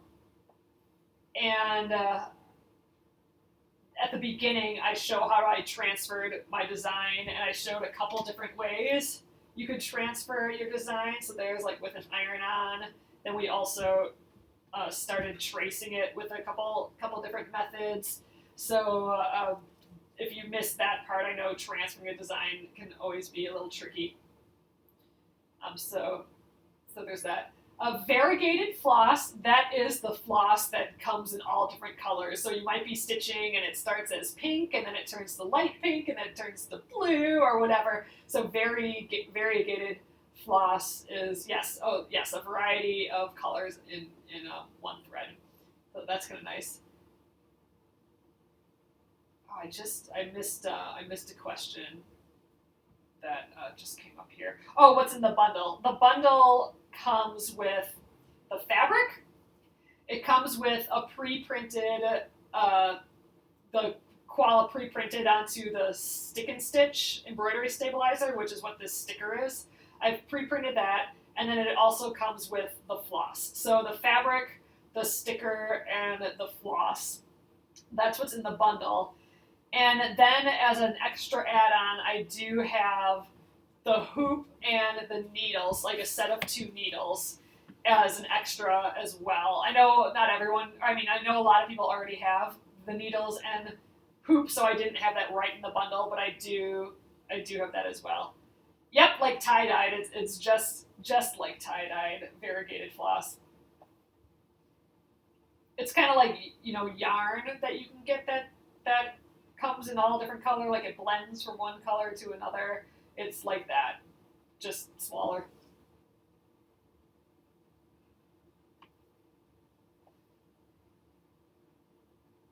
And the bundle also comes with the PDF pattern as well. So you don't need to buy the bundle and the printable pattern.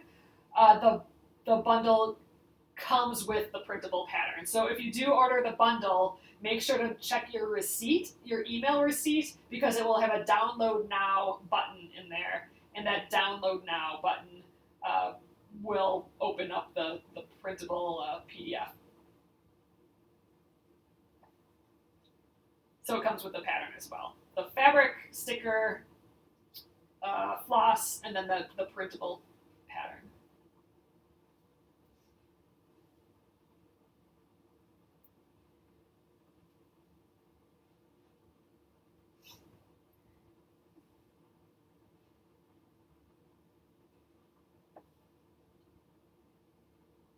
All right. Yeah, I think we'll have enough thread for this little purple dude.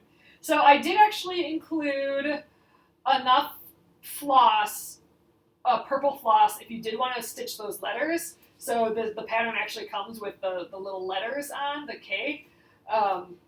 There is enough if you want to stitch those on. That's not part of the sticker. The sticker I just put with the 2 guys on. But feel free to stitch the Ks as well. When you recommend a paper on your ironing board before transferring.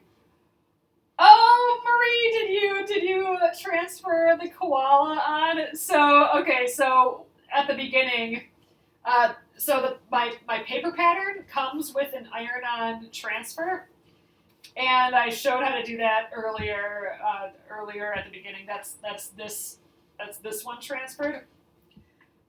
You do want to put a piece of paper. So I just had a, you put like a paper bag. I put just a paper towel down. You want to put that on your ironing board, and then put your fabric on top of your ironing board, and then your iron-on transfer. But you do want to, the iron-on transfer will, since your fabric is made up of, your fabric has a lot of little holes in, the ink's going to go through the holes onto your ironing board. So you do want a little bit of a barrier there. Yeah, that might be there for a while. It might be good to just iron, like take some scrap fabric, or even your paper towel. It might be good to put a paper towel on now and iron over it a couple times, because some ink might come back up onto the paper towel. You don't want to now immediately iron on like a white fabric afterwards, because it might transfer to that. Okay, Leslie, you didn't get instructions with your kit or the KK pattern. So it should have, we switched over our checkout system recently. So if you checked out just now, then oh, your mom has one on hers too. If it should have come with the PDF pattern. So it may be in your receipt with a download now button. If it isn't, then you probably ordered it earlier when I didn't have that system yet. And you should have received a second email with it in. Email me for sure at info@penguinandfish.com, and I'll get you it for sure. So that will, I'll send it to your email. It may be in spam. So a lot of our old emails were going to spam, and that's why we now have it right in the receipt. So let me know. Send me an email, and I'll make sure to get you the pattern. So the pattern, it's the printable digital pattern that has the K's on, so you can print it out with the K's and then just trace the K's if you want. And that also has the colors and the stitches and all that in there. So yes, so the bundle comes with that, but yeah, you still have to open it up and download and print it from the email. It doesn't come printed out. It does come with this sticker pre-printed, but not the colors and all that printed. To save our purchase pattern in an account, Gretchen, that is coming. That is on our nearsighted radar. So what Gretchen's asking is like a library where it will save your patterns, and then you can go kind of look up all your patterns. That is coming. That is phase next. So we do want to do that so that all the patterns that you've purchased and your order history and all that, you'll be able to see in an account. So if you order a PDF pattern, then you'll be required to make an account, and then it'll be there. Oh, Leslie, I'll check your email. Okay, Leslie, I will check into that again. Just send me another email. We'll get it all figured out. I'll definitely get you your patterns, and I'll do that right after we're done here.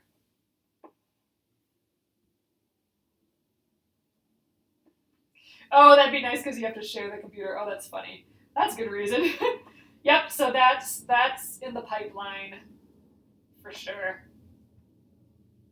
But yeah, I know some of you ordered PDFs, but then, if the computer breaks or you don't know where it went or whatever, then you'll always be able to log on and see it, at least from the point where we switch over and on. I don't know if it'll have like the ones that you already have there or not.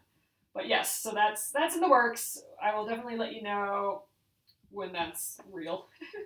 My gosh, I feel like I'm going to have just enough thread this time. Well, I hope I have enough. That'd be sad if I had to get more purple just for this tiny little area again. At least we have more purple split already. We have the other side of the 3 strands.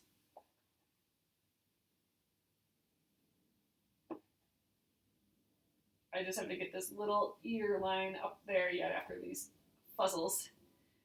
Oh, awesome, Yvette. Yes, so I didn't mention that. So the pattern sales go to are being donated. However, if you want to donate more, since the pattern is just $6, so if you want to donate more than $6, I do have a donate more button, and the donate more button it defaults to $10. But if you want to donate more than the $10, then just up the quantity. So like if you do the quantity 2, then it would be $20. If you do quantity 3, it'll be $30. So if you do want to donate more, which is amazing, that's so awesome of you, then that's how to do it. And obviously all that will go direct to them as well. All right, direct to Australians for Animals. All right, so here's the last stitch of purple. Aw. See, you can't start with the leaves. You can't start with, the stem. You gotta start with the little guys. Gotta get them going. It's fun to see them all stitched up.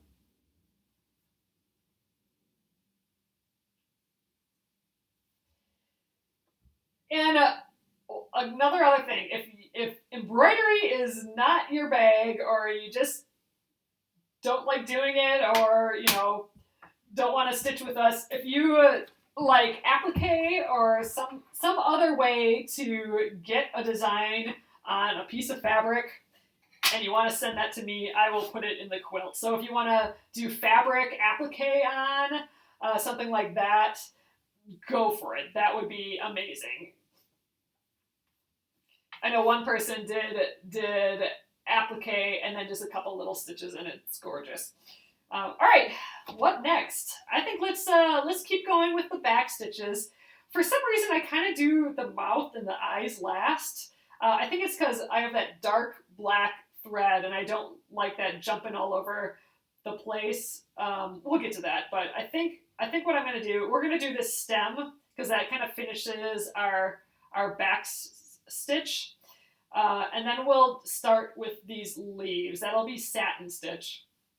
And then I think we'll do the noses satin stitch. That won't take very long either. Then we will get the little eyeballs, and dang, then we're done. Oh, I know, isn't that fun? So it's if you guys aren't from Australia, it's Australia Day today, which I'm guessing is like their 4th of July if you're here in the U.S. So it just happened. It happened like that. It's actually Sunday there. It's Saturday here for us, but it's Sunday there, and it's Australia Day. All right, I'm just oops, I got a lot of threads here. So I am going to separate again. When it comes in all this big round of stuff, it's easier just to grab all the strands at once. So I'm getting like 24 inches of these next colors and just trimming it. There we go. And I'm going to set the rest aside. I just need the tan, or not tan, it's like gold orange. If you're interested in this color is, let's see, this is DMC 3854. Oh, Robin, that's awesome. Yes, so you don't actually need to get the embroidery to donate. If she was intending to get the embroidery and just didn't get it, like if she got the embroidery and donated extra, I'm not quite sure if that's what you're meaning by your comment, Robin, but email me. We will get it taken care of. But now, you guys, if you do order, it will be right in your email receipt. There'll be a download now button. So you'll get it immediately, like you won't have to wait after your purchase. All right, get my 3 strands here again. This stem will go pretty quick here. two little short lines, it looks like. Oh, thanks for joining us, Yvette. All right, lining up the ends here. I know we're in the middle of the day now by you guys, I guess. All right, let's. I'm gonna try and match these up without shortening the end. Pinch and unpinch. There we go. Oh, funny, Robin. Yeah, so if you just want to donate, you can just do the donate more button, and that will work as well. All right, let's do this. I'm gonna go up and then down. And again, you guys, I know the colors because I have my iPad open right here. Here is the digital pattern. I also printed it out. This is the printout of the PDF, but I do have the digital pattern open that tells me what stitches to use and what colors. So we're moving on to that little line there, and then we'll do. So I gotta look at this. These little peaks are going to the leaves are also this orangey gold, and then we'll get those green leaves after. All right, back at it. I know John's gonna have to jump in here soon. See how far. Once we get like removing this floss and stuff, we'll see where he's at, or removing the sticker. All right, so I'm gonna start here. I think I'll go up there and back down. So I'm gonna weave in to the backs of those bottom stitches.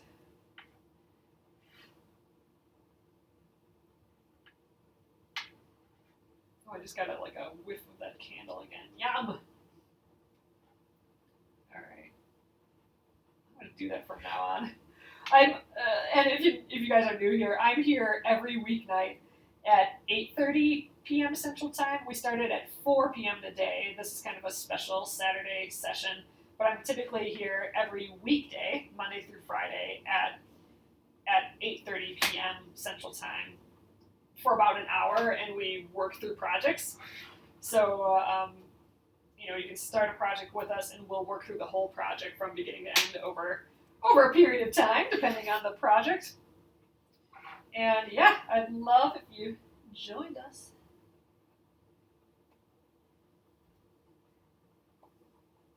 We do a lot of embroidery, and we do a lot of quilting stuff too. And every once in a while, we'll throw in something else, like some knitting or some other little project. Always up for suggestions, too. It's just a crafty time. Lately, my brain has been on, for the past couple of years, I've been on a quilting binge, just because there's so much to learn, and I love learning new things, and so we've been doing a lot of that. But we'll be definitely doing a lot more embroidery as well. Yes, so Dawn asks if I'm going to rinse off the Sulky Stick and Stitch. That's what this sticker is. If I'm going to wash that off when I'm done. I am. So I will show you if you bought the bundle and are using this Stick and Stitch, I will take that off tonight yet. So we are doing the whole from beginning to end tonight in one sitting. So we've been here a while. We've been here since 4, so we're approaching the 2-hour mark. That's actually not too bad. Actually, I think we're pretty dang far for 2 hours. We're cruising here a little bit. I am stitching fast, so if you are not as far as me and you started with me, I wouldn't worry too much about it. I stitch all the time, and I've been doing this a long time, and I'm on purpose trying to cruise along here to just, like I said, so we're not here for 8 hours. Oh, Dee Dee says, by the way, your denim quilt is amazing. Oh, thank you so much. That denim quilt, I'm so happy. It's because of you guys here, encouraging me to finish that, and we have these Finish It Friday days where we just work on some other project. That really jump-started me finishing that.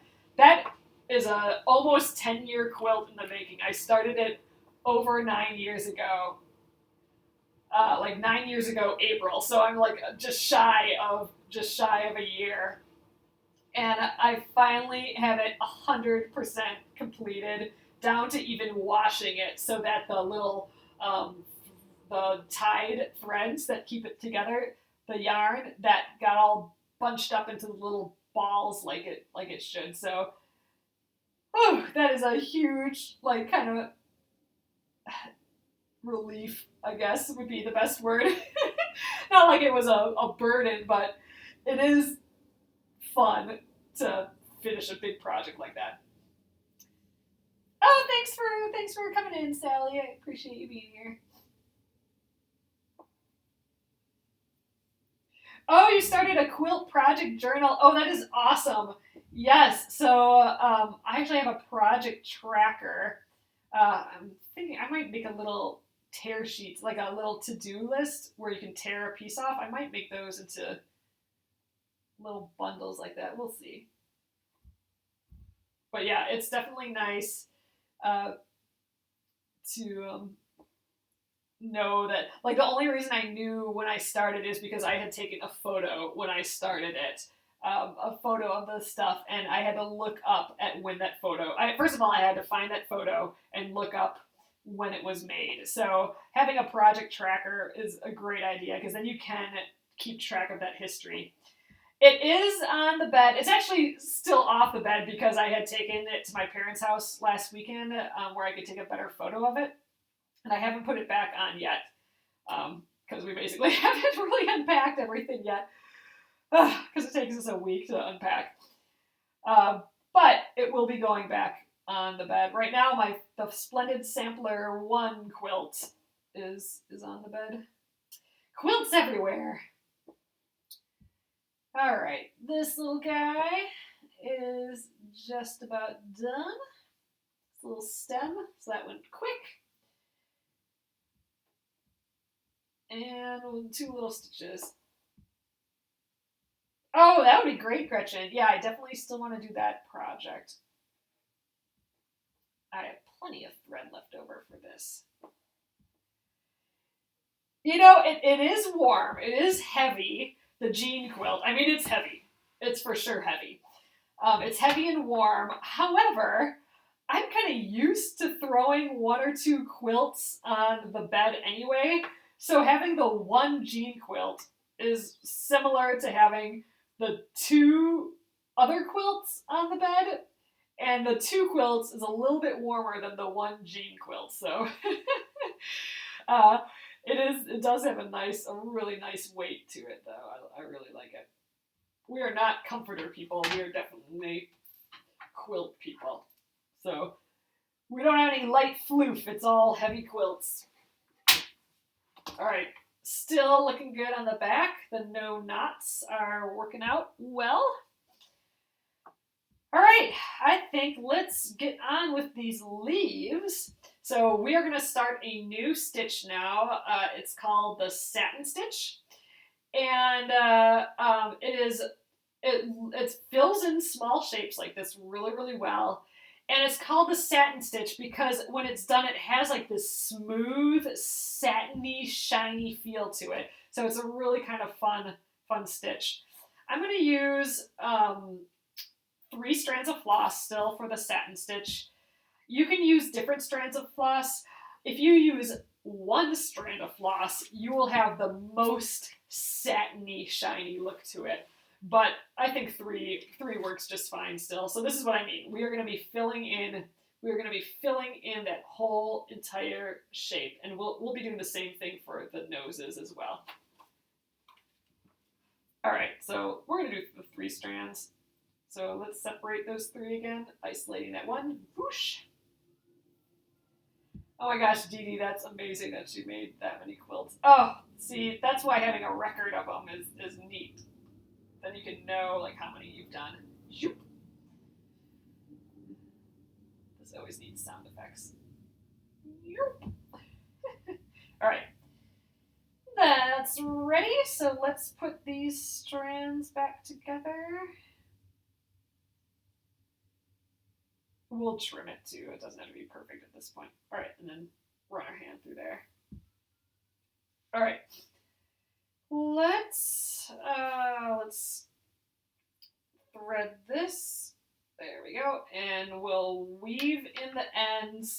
to the back of these stitches here. So what we're going to do here, well, let's weave in the ends first, and then we'll get going on it. Just in the back of these orangey stitches.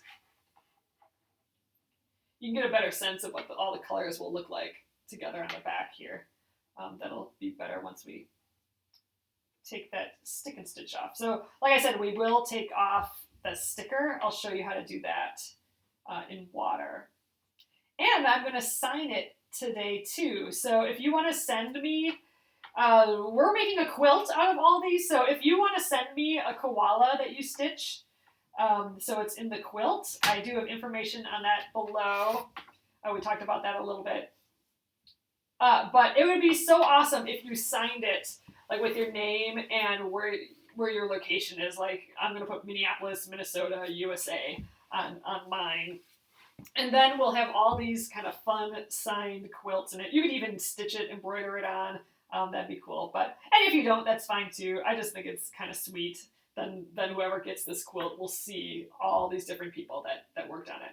But yeah, so I'm going to take this stabilizer off tonight yet, and then I'll sign it tonight. So I'm going to completely, from beginning to finish, do this guy today. So we'll be here for at least another hour doing a little Saturday marathon of stitching. All right, so we are going to do a satin stitch. So you can do, all your stitches basically go in the same direction. So you can actually choose what direction you want to go. Like we could go all like a bunch of diagonal stitches. That would be kind of pretty. You can go just horizontal like this. I'm going to go, or vertical, I'm going to go horizontal. Like I'm going to go long stitches like this. And the reasoning, like my only reasoning really, is that that's kind of like a stem for a leaf would go from here to here, like straight down the middle. So I think having the stitches go from there to there kind of mimic that. And I kind of like that idea. So that's what I'm going to do. So the idea is you pick one side to start. So I'm kind of starting at the top here. So I'm calling this the top. I'm calling this the bottom of this leaf. And I'm always going to start at the top and end at the bottom. Oop, I hit my camera a little bit there. All right, so sorry, it's a little bit wiggly. So I'm starting at the top, and then I'm going to go all the way to the bottom. I'm going to just go right through that other point there, because that's kind of the part that I thought looked like a leaf, like if you have that stem going. All right. So now I'm not gonna, even though I ended down here, I'm not gonna come up right there. Like the idea, the instinct is to come right next to here and go back up this way and then go right next to there and back down, because in theory you'll be using less floss than going all the way back here.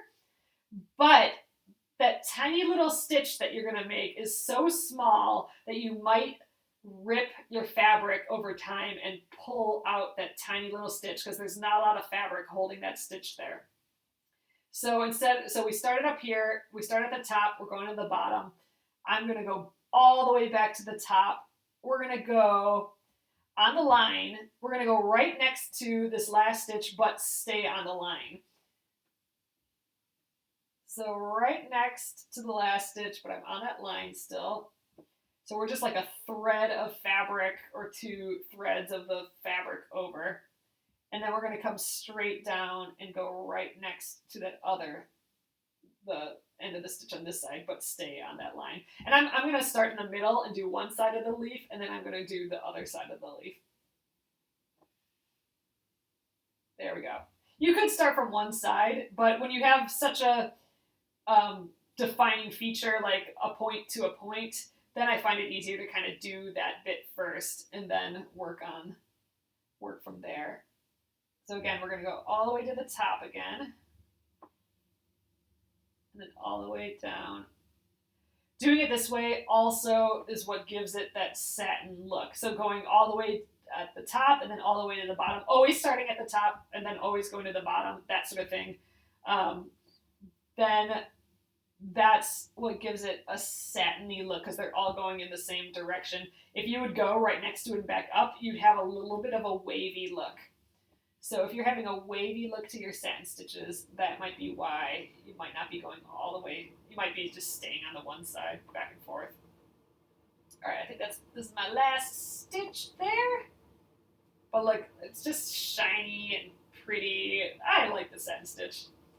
Oh yes, it's super late by you, Pamela. Thanks for sticking with us so long. I know we've been here a few hours already.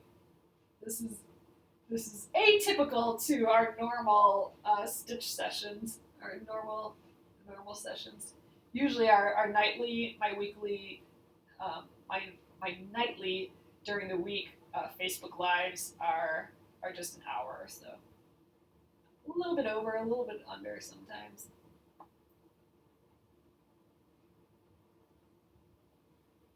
All right, so there, that is our first little shiny leaf there.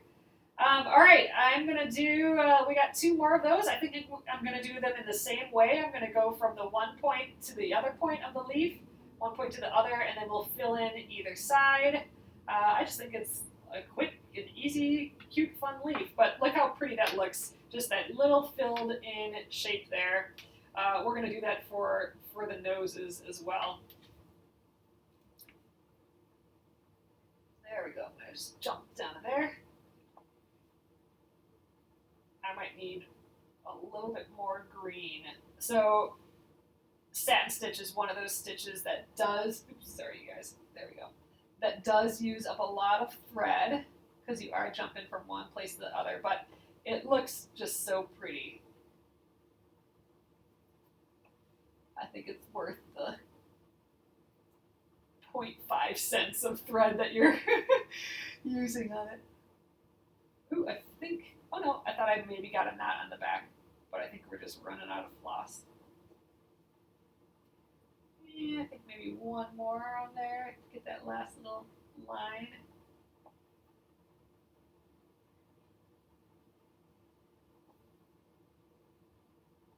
All right, and then we'll do this side. Yep, I'm definitely gonna need my second piece of floss, even just for that little tiny extra leaf, but that's okay.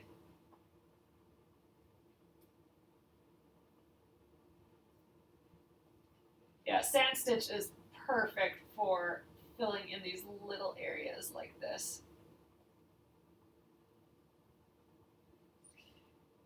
And for the letters, if you guys did stitch the 2-letter K's on, that I did do in satin stitch. I mean, that is a lot of satin stitching. If you don't want to do all that satin stitching, feel free to, um, use a backstitch or some other stitch too. They can just be outlined. All right, I'm going to attempt to get this leaf with the third one. I'm going to go from the bottom to the top this time. So it doesn't matter if you go from the top to the bottom or bottom to top. It just matters that you start at the same side and end on the same side with all your stitches. Oh, this might have been a bad idea. Let's see. So now I'm always starting at the bottom now and ending at the top.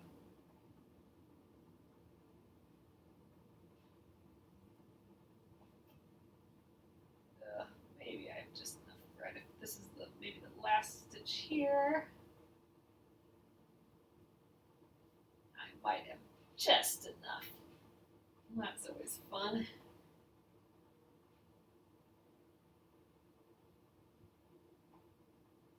All right, yeah, one last one. We did it. I won at embroidery chicken again. Actually, I think I won. I have enough to go on this side one more time, maybe, and make that one last stitch to make it maybe a little more of a curvy leaf. There we go. Awesome. All right, so let's weave that in. I even have enough thread to weave in.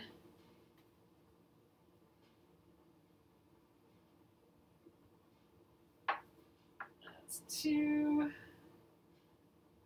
Last one.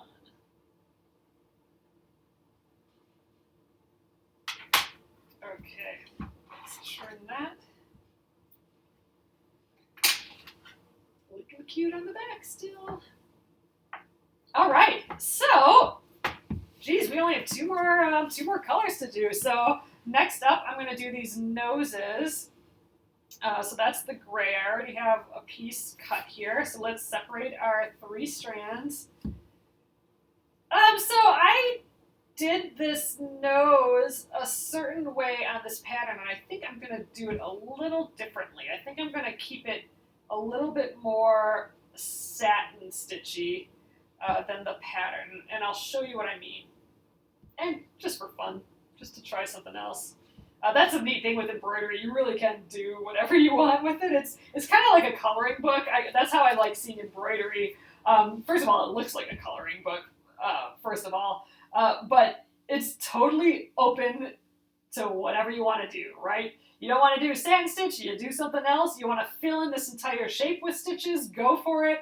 I mean, it's totally open-ended as far as a craft goes. It's like a step up from the coloring book deal. So that's how I like thinking about it. All right, let's thread this. All right, so first of all, I want to kind of show you my plan. So here, for example, this is the photo from the paper one cover. And you can see on this that I did satin stitch, but I did a back stitch around the satin stitches when I was done. I think I might skip that. I think I might keep it just the satin stitches, and then for his nostril, I'm still gonna have to put a couple little stitches at the bottom. And I think I might go vertical this time too, just to do it differently. This one's horizontal, which I think is kind of cute actually, but maybe I'll try vertical just for fun. I mean, this is kind of a big stitch. From here to there is kind of the max I would go for a satin stitch, just because you are creating what we call here a toe catcher, like where you can get something stuck underneath there. But I think I'm going to give it a try. We'll just see what it looks like and do that. So I'm going to do a satin stitch, like a tall satin stitch, just because I think it'll make the nose feel even taller with vertical stitches. Yeah, let's see how it goes. And then I'll do a couple little back stitches right there and there to kind of fill in the bottom line of this nostril. And then we'll do the same thing for his little baby there. All right, so another deal here is that I don't have any threads real close to this nose. So I could do another away knot. Actually, maybe I'll just jump from here to here. I think I'll do that. Versus doing another away knot. I'll stitch in the back of these stitches. I'm just trying to kind of figure it out because we are kind of leaping to there, but actually that's not that far. I'd rather weave in the backs of the stitches than do that away knot that we did at the beginning. That uses a little bit more thread. Oh, I think we're fine like this. Good, good, good.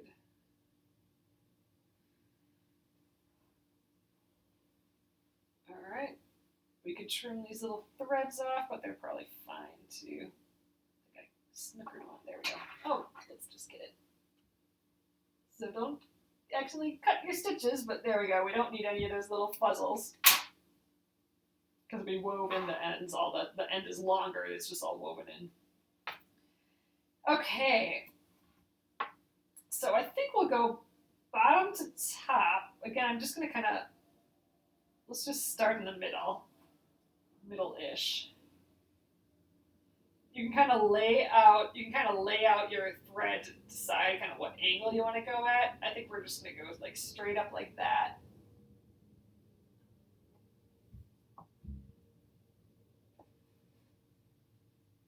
All right, and again, you got to come all the way down.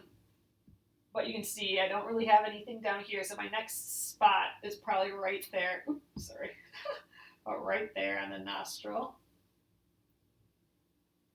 So we're already kind of crawling up this nostril a little bit. Then straight up again.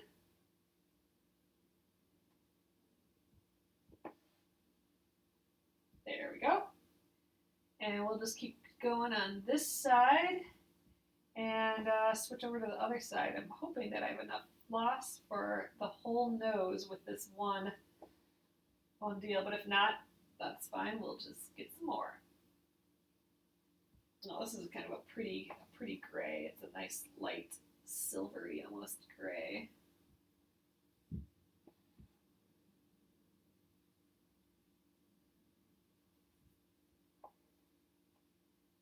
Oh, your aunt has heaps of photos with all the quilts. So my mom just started doing that like a couple of years ago.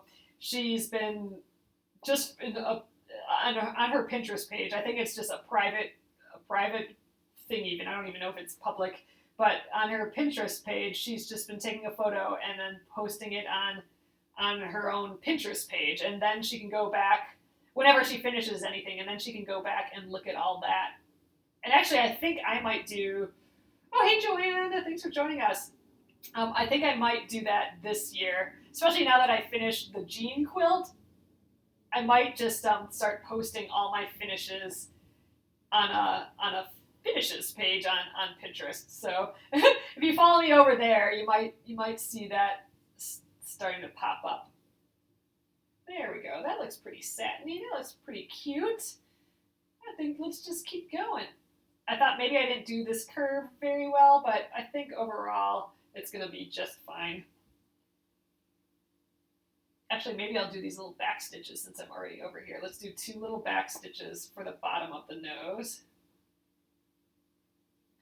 I'm just going to go right where the satin stitch kind of ends. We'll do this on this side. There, I think that works. It's pretty cute. All right, let's continue the satin stitch, bottom to top.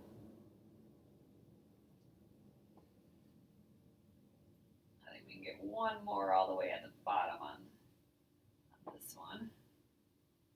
Oop, let's get more floss. There we go.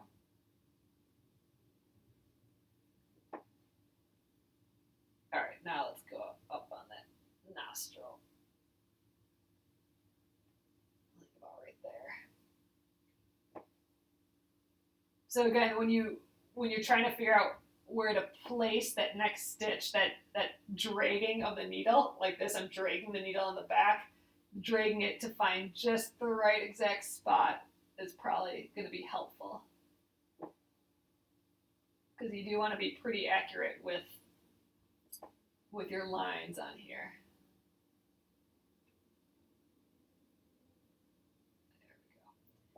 There we go. Again, I think I'm going to have just enough floss. Man, that 24 inches of floss, I'm actually probably going a little bit more towards 30 inches, but that 24 to 30 inches of floss seems just right to get everything I need done. So that's kind of a nice bonus so far tonight.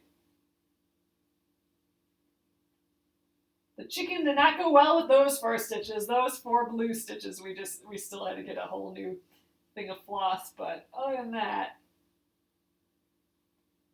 embroidery chicken is going well. Oh, that's a good idea. Make a shutterfly of finished projects. Oh, I think this little nose is awfully sweet. There, I think that's nice. I don't know, should I put one more stitch there? I think we're good there. Let's do the little bottom of the nose again. Oh, his big nose is cute. All right, let's do the one last one, and then I'll weave in the ends here. And then we can move on just to the little baby nose there. Then all we have left is the eyes and the mouth with some black. It's cute. All right. It's just so silly. So the back will look satin stitched almost as well because we were going from one end to the other and then back down. So there is a lot of floss on the back there, but I can weave in those ends a little bit. I'll probably weave in the mouth and the eye stitches into this area as well. Oh, thanks, Nolan. All right, third one locks it in. Boop. All right, I have that second 3 strands. This is the other half of our first 3. But look at that. Look how satiny it looks. Like it just looks shiny. And it hits the light, and since they're all in the same direction, it hits the light all in the same way. It just is satiny and shiny. Hence the satin stitch. It being called the satin stitch. So this will go pretty quick. That's a pretty small space here. Might even be hard to see his little nostrils. But I'm gonna do it the same way. Let's just do the whole thing as a satin stitch. And this one, maybe let's start at the top. I'll go top to bottom instead of bottom to top, just because I can weave in the ends here pretty easily. So we'll do that.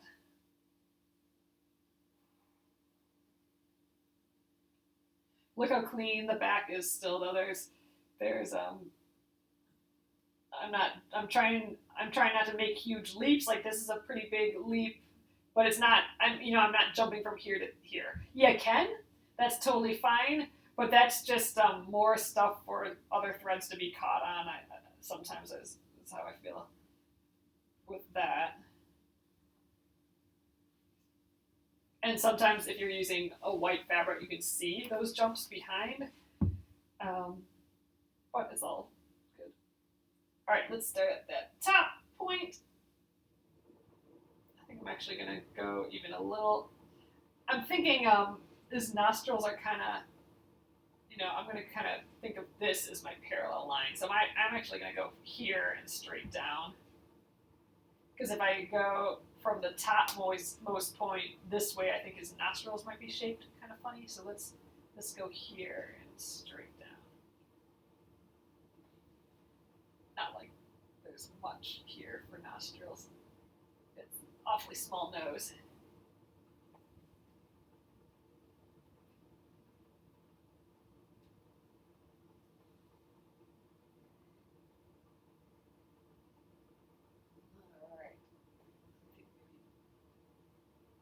One more after this. Yeah. Maybe one. Well, actually, maybe we just go right into our back stitch here. I think that's what we do. I think we just do one stitch all the way up there.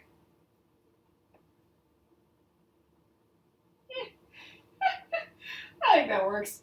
And actually, I just kind of filled in his nostril hole, but like since it's going in a different direction than the satin stitch, you're still kind of getting the same effect because the light is hitting it a little bit differently. So I think that actually worked. Oh, I started from the top. Let's start from the top again. Oops.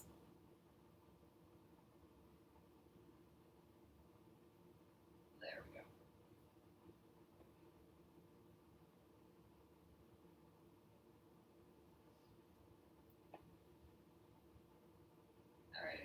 More, and we'll get that other little diagonal line for his nostril. I think that actually looks kind of cute. Gosh, we are almost done here. And again, I will leave this up for a while. The where you can donate and buy a pattern. That will stay on my site for a while yet. And the replay of this will be on YouTube at Penguin and Fish Movies on YouTube. So you'll be able to watch it again there. All right, let's make this little nostril line again. I think that's cute. There we go. I think that works. That's pretty cute. All right, I like it. Let's, I mean, it is just part of the filled-in shape, but just because it's angled differently, the light hits it totally different. All right, let's weave in the ends there.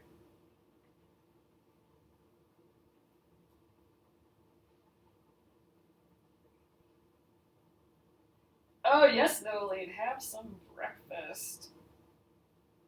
I'll be doing the opposite when we're done here. Get some supper. Okay. Okay, that's enough of the gray. Wow, all we have left, you guys, is the black. So his little eyes. Let's do his little eyes, and then we'll do the eyes over here. So let's get the 3 strands again from the black. I already have this pre-cut to the 24 inches. That's an estimate. All right, just trying to get at least one of those threads. There we go. Zoop. Easy peasy. So go slower if this is your first time pulling out a thread like this, just to watch the back so you're not getting any knots. There, and once it releases like this, just run your hand through it again to make sure that there's no weird loops or anything like that. Should be relatively fine, but once you get going, you really can just pull it out quick, and you know, it'll look bunchy, but as you run your hand through it again, it all just evens out.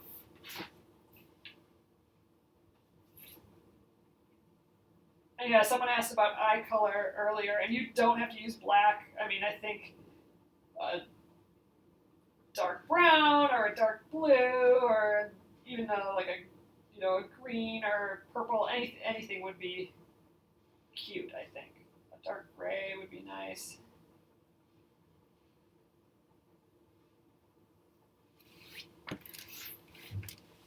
All right, so I think I'm gonna weave in the end right here. Then I'm gonna do this line. I think he'll just be like 2 little lines. I think like a little upside down V. And then we're going to jump down here, and I think that's going to be just an upside down V, just 2 stitches, and then the same thing here, and then we'll weave in the ends. I'm not going to jump from here to here, because that'll be a pretty big leap, I think. And since this is a dark color and I'm using white fabric, you might be able to see that leap really well. So I might actually do an away knot for each of the eyes. Just so I don't see that little jump. That's getting a little finicky, but when it comes to black thread, I do sometimes do that. So I'll show you what I mean when we get to that koala. Oops, sorry again, I keep hitting you guys. All right. Second pull and 3. Actually, I might do one more just to get back to the top there. Let's trim our little thread there. Oop, missed one. There we go. Yep, and I'm just gonna come back up here. There we go. That's good. All right, so this is like the finishing touch, is just doing the eyes, I think. For some reason, I always seem to do the eyes pretty close to the end. Maybe that's just habit. All right, so there, I'm just going to do 2 little, that upside down V. That's a little happy V. If you make his eyes the other direction, so they're kind of like the same shape as the mouth, like we went down that way, it would just look, I think, a little sleepier. He could look cranky, or he could look sleepy. It's just each different arc has its different kind of look to it. But this is a happy guy. He's just chilling on mom's back. All right, and then we're going to leap up and do this one. Just finishes it off when you do the eyes last. I think it's like that nice last touch. Cute. All right, and just since we're almost wrapping up here, just a reminder, I will when we're done here, I will post what the colors, the list of the threads again over in the Facebook, just on Facebook. I'll share it with the group as well. And I'll put information again on where you can send your koalas. If you're going to send me a koala for the auction quilt, I will put that information up again as well. I'm so excited to see all the koalas that you make. And yes, if you are in Australia, if you're stitching one of these somewhere else, or I know someone from Chile here, those try and get out as soon as possible. If you're in the U.S., if you can get them in the mail around February 8th, and then, it'll take another week or so for me to get them, that would be ideal. The sooner overseas, the better. All right, so here's what I was talking about. I want to stitch this eye, but I don't want a bunch of black around. I'm going to do an away knot. So this is the same thing that we did at the beginning when we didn't have any stitches on our piece at all. What I'm doing is I'm tying a knot in the end of my thread. We haven't done that yet, except for these away knots. And I'm going to go about 4 inches away from the eye that I'm actually stitching. So 3.5, 4 inches. I'm going to go right here. And I'm going to go in the front of the fabric. And now I'm going to come up and do my stitches. And I think just so this guy looks, so it looks like more round, instead of just doing 2 stitches down and 2 stitches up, that'll look kind of like a diamond. I think I'm going to stitch it more like a hexagon, just because the more stitches you do, the more round that shape is going to look. I want it to feel kind of a round shape. Because, when you're stitching a bunch of short, straight lines. You're not stitching round lines. So the more straight lines you put next to each other, the more round your shape can be. Versus like zoop, zoop, zoop. So I think for these eyes, I kind of go for the hexagon. So 3 on the bottom. Again, you could just do the 3, and then he would have his eyes kind of closed. He'd be a happy closed-eyed guy, or go all the way around for open eyes.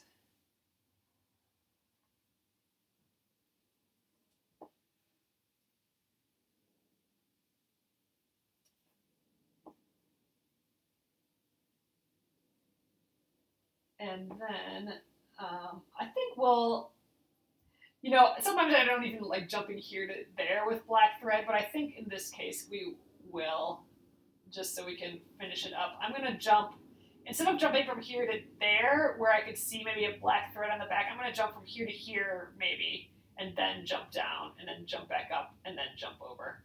That's my little game plan here. So let's just kind of leap into the backs of these stitches. And then, leap down to here where the mouth is. And now we'll get that little bit of mouth. And I think this is big enough that we can get 3 stitches out. Instead of just the 2 stitches for the baby, I think I'm going to try 3 stitches. Because again, we'll just get a little bit more of that curved looking shape to it. I think that's a good way to go. Whatever you do, I'm sure it's going to look just lovely, though. Oh, we just have 1 eyeball left, then we're done. Oh, my God. All right, so let's go up here and then jump to that eye again, just because I don't want to leap this far away. First of all, it's black, so I'll probably be able to see that thread on the back, but it's just a pretty big leap. If you go behind the stitches, then it's not as big of a jump. There we go. And again, I'm going to just do that hexagon shape again here. All right, so we'll be done stitching. However, I am going to still take off this stick and stitch sticker. This is the Sulky Stick and Stitch product. You can print right to it. That's how I did this, which is great because then you can have all the perfect stitches. I will take that off tonight yet, so that will take a little bit of time. I'm going to press it right away because that helps dry it, and then I will sign it as well. I might actually wait to sign it just in case it's a little wet yet, but we'll do a little test first. We'll do a test before we put permanent marker that bleeds on wet fabric. We'll see how that goes. not sure I've done that before. Signed a quilt like that. So a embroidered block like that. So it's going to be new to me. I know it's a pretty common thing. I have a micron pen that I'm going to use, but I've heard people that use just a Sharpie pen as well. And we're going to just add that on because I think, again, that's going to be so fun that all the quilts have that. All right, I'm going to just weave into the backs of these little eyeballs. We'll do that a couple times here. And then that's what we're going to do with this thread here from that away knot that we did. Just because this is a small little area, I might go 4 times. We'll go 4 instead of the 3. There we are. I can snip that real close to the edge there. All right, now let's snip that away knot away. Ah, it's cute. Cute. Oh, I cannot wait to see a whole quilt with these little fellers in. How fun is that going to be? So again, I would love if you stitched one up and sent to me. Stitch one for yourself too, but stitch one for me, and it will go in this quilt. So in a month or so, a few weeks, once I have a pile, hopefully all of the koalas, my mom and I are going to stitch them into a quilt. We're going to lay them all out, figure out how they all go together, and sew them into a quilt, and we will be auctioning off that quilt or having a raffle, some sort of form of that for the quilt, and we'll be donating that as well. All right, here we go. How are we going to quilt the embroidered blocks? You actually can, if you have some light colored thread, you can actually sew right on top of your embroideries and it will still look embroidered and fine. It is kind of fun to stitch around the embroideries for a quilt. What we'll probably do is we'll cut these out. We don't know what sizes yet or anything, but we'll probably just stitch in the ditch, which means we'll just stitch around our piece where it's sewn to another piece. That's probably what we'll end up doing, but maybe not. Maybe we'll do some free motion quilting. Not sure yet, but we'll definitely have to take care of that. All right, we are done with the embroidery part of this, so I'm going to just take him out of the hoop. So just loosening that hoop, that screw closure again. Pop that out. And all right, there is the finished embroidery. Let's, I'm going to just get prepped to take that Fabricelli off. So, or the stick and stitch, sorry. So if you are using this sticker, so this is again what came with the bundle. We're going to take this off. So the first thing you kind of want to do is cut away any excess. You can kind of pull it up now. Don't accidentally cut the fabric, but you can cut just a little bit of excess. It doesn't have to be perfect, but we don't need this big blob here. And same with some of these. So if you're at home doing this, which is everyone but me, or I'm at home too, but if you're not doing it in one spot and you have access to a sink, I would just run warm water in your sink and hold this under warm water. That is probably the easiest way to do it. I'm going to do it with some bowls of water because that's how I can do it for you guys here. That's a viable option as well. But it is a little easier just to run it under warm running water. All right, there we go. That's some excess off. Cute. All right, there we go. So I do have a couple bowls of water already. Let me grab those. Okay, here is bowl number 1. I'm going to scooch a little bit higher now. All right, bowl number 1. And I'm going to get bowl 2 out. Oh, John, you should show us how far you got. So remember, John was working on this too. All right, so the reason I have 2 bowls is because one, all of this will flake off. So it doesn't just disappear; it turns into tiny little flakes. The stick and stitch here, and I want it completely, all of it away by the time I iron it. So I am going to. I have a second bowl of clean water that it can all go in. Oh, let's see. Here's John. Let's see where he's at. Oh, I'm doing that right now. I'm showing you how to do that right now. All right, I'll just hold it underneath here. So John got done. So let me see. John, so just keep running it under warm water for a little longer. But John's is coming off there. Why don't you keep going? Just keep running it under warm water. See, like mine, John, it's flaking off right away here. Just keep running. And just keep kind of massaging it. So John's taking off the Fabricelli now. So his was kind of at this stage where it's all gunked up. That's when it starts to come loose. And now you really do have to just touch every stitch. You have to go over every stitch and just wipe it away. And you got to work your way over the whole piece. Now this does go a lot faster. Oh, thanks, Grace. Thanks for coming in. This does go a lot faster if you're doing it under warm, running water.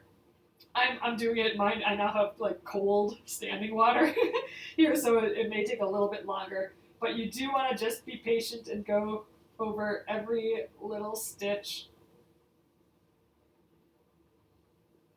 You can see it's already getting a little bit better than it was before. We haven't done this side yet, so it's pretty goopy there. But here you can see it all coming off. That's why we want that clean water to finish it up. This is to get all the first pass done. And again, you won't have any of this if you're doing it in the sink, if you're just running it underwater. But it does take time, so I mean, I suppose this is wasting a little less water doing it in the case like this, in the bowl. But John finished the whole thing. That's so awesome. Oh, look at that little nose. Turned out cute. All right, so once you've kind of kept massaging it a bit, and you can't really see as much anymore, then that's when I'm gonna switch to the clean water, like, because I want to get all these little bits that are hanging out off. So I'm just gonna do a last dip, squeeze it out of the hair, and now I'm gonna just move it to the clean water. Hey, John, I'll show you how to do that next. Here, take this. Okay, so now we got the clean water. John's trying to dry it out, but dry the embroidery out, but I got a plan for that too. All right, so there we go. Now we're getting those last little bits off in the clean water. You can see a little bit floating around yet. But I think we are pretty good. I'm just doing a last check to see if there's any hiding.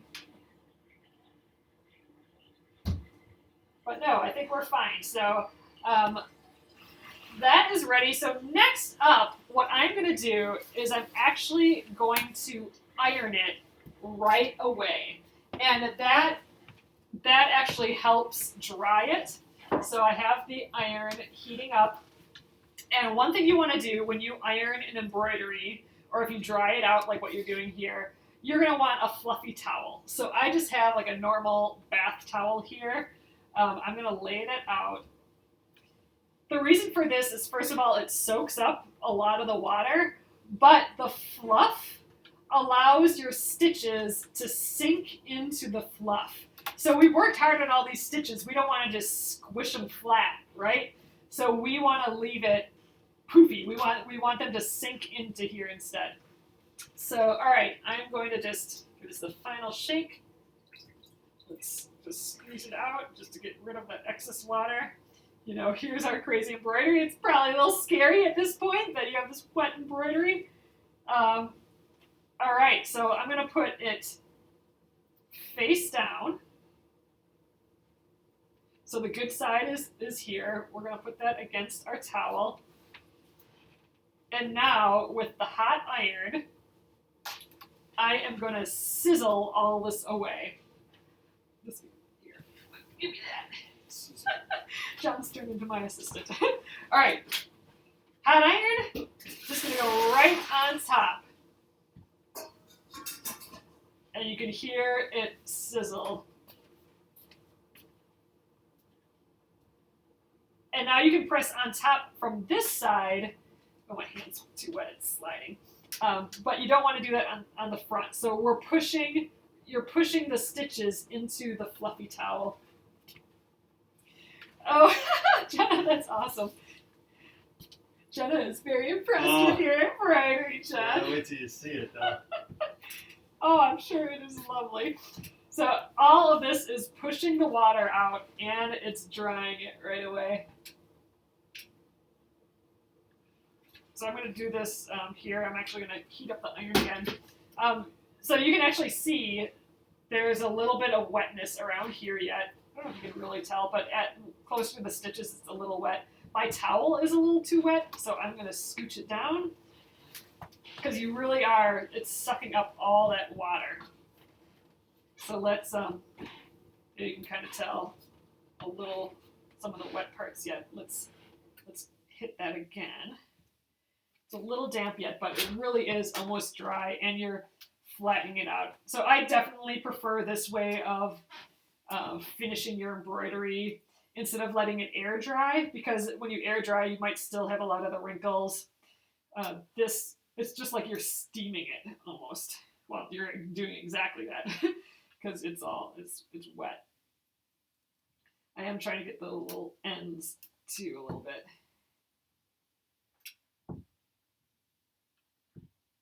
Maybe we'll do John's here quick too, because then it'll give this a little bit of a moment to air dry a little bit before we sign it. So let's do John's here, and we can see his too. But let's flip this around. There we go, our little guy. Aw, I'm really happy with him. So that's my finished koala, and I'll sign it like right here or something maybe. But yeah, so we didn't totally squish the stitches. Ooh, the satin stitch, we might have to just run our hand over that a few times to get that satin stitch looking all satiny again. But yeah, all in all, I'm pretty happy with that. The satin stitches, that's a lot of thread there too, so that might take a little longer to dry. But I'm really happy. Yay! All right, let's get John's. Let's see what his looks like. I think let's flip this around so we have some fresh... Well, let's do this bottom side. Some fresh towel there. All right, let's see. Aw, there's John's. He's so sweet. Aw, he's nice. All right, let's dry him out too. Yay. John wanted to make one too, so he could have one in the quilt. Yay! I always like when he embroiders. Alright, again, I'm just pushing that water out. We're steaming it, pressing it. You did a great job! Look at your back is so clean and it looks nice. Not that the back matters, it'll all be tucked away in the quilt, but still. Alright, I think I'm going to find another dry spot in this towel. Oh, he's cute. Alright, I'm just going to flip this up. This is relatively dry yet. Flip it upside down again.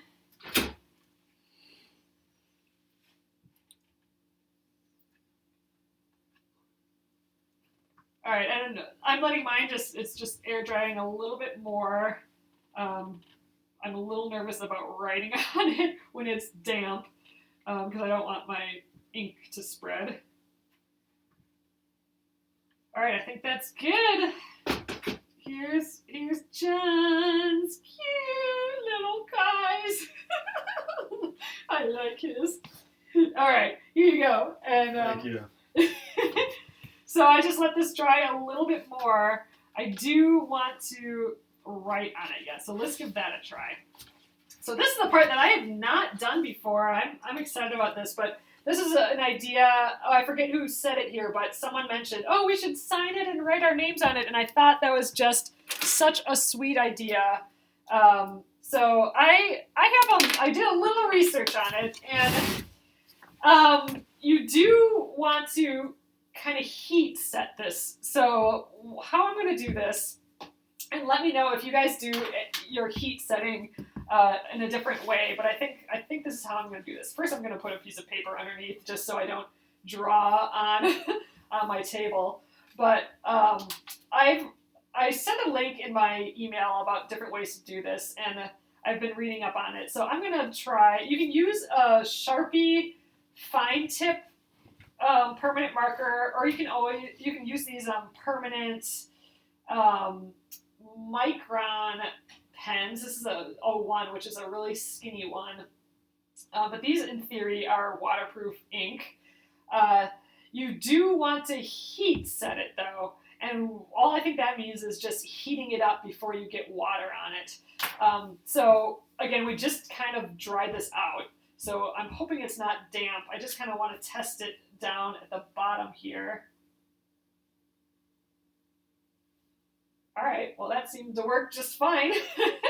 So I'm going to sign it. Let's sign it. I think, so if you're sending me one to put in the quilt, I just think it'd be a great idea to sign it. If everyone signed it and then wrote where they're from on, I think that's just would be a really fun idea. If you don't, that's fine. If we have some unsigned ones, that's totally fine. I just think it's kind of neat. When you do sign it, don't sign like way down here. Like sign it kind of close to the piece. Oh, Paula says that Pigma pens are designed for fabric. They're the best. Okay, so that's what this is. This is a Pigma micron. Yes, exactly. Put where you're from, because this quilt could end up in Australia. And I mean, like we're gonna get koalas from all over. So it's just gonna be neat to see. All right, you could always, if you're nervous about this, you could always write it in a water-soluble marker first before I think. But I'm gonna just let's go. I'm just gonna sign underneath right here. Let's go here. Got all nervous.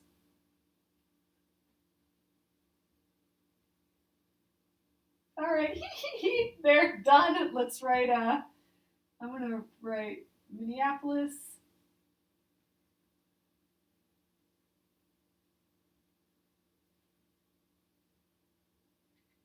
I'm just gonna put MN,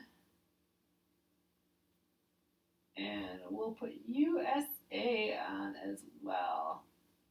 There we go. Signed. Awesome. So John will have to sign his too. And there's my little koala. Let's put a little heart down there too. We need a little heart. There we go. Now it's done. Oh, and date it. Oh, that's a good idea. We could date it. What's today? Today is the 25th. We'll do 1/25/2020. There we go. Cute. All right, so we're done, everyone. So this is what I'm hoping to get from you guys. It could be different fabric, different colors. It could be different size, but just have it on a larger piece of fabric. We will ultimately cut them down. Maybe some bigger, maybe some smaller. I don't know. However it fits with a quilt. But I would love to have a whole pile of quilts signed in here. And I think that would just be so sweet. So, all right, you guys, I'm going to flip you around. And, oh, yeah, let's heat set this. That's right. So let's heat set this. So I think what I'm going to do for that, again, I'm not quite sure on this, but let's just lift this up. I think to heat set, first of all, I'm going to keep a paper underneath, and I think I'm just going to put a paper over the top. I don't know, does that seem right? I think that's all we're gonna do. I'm just gonna run some heat on top. So in theory, this is heat setting it. So in theory, this will make it more permanent. It'll sink into the fabric a little bit.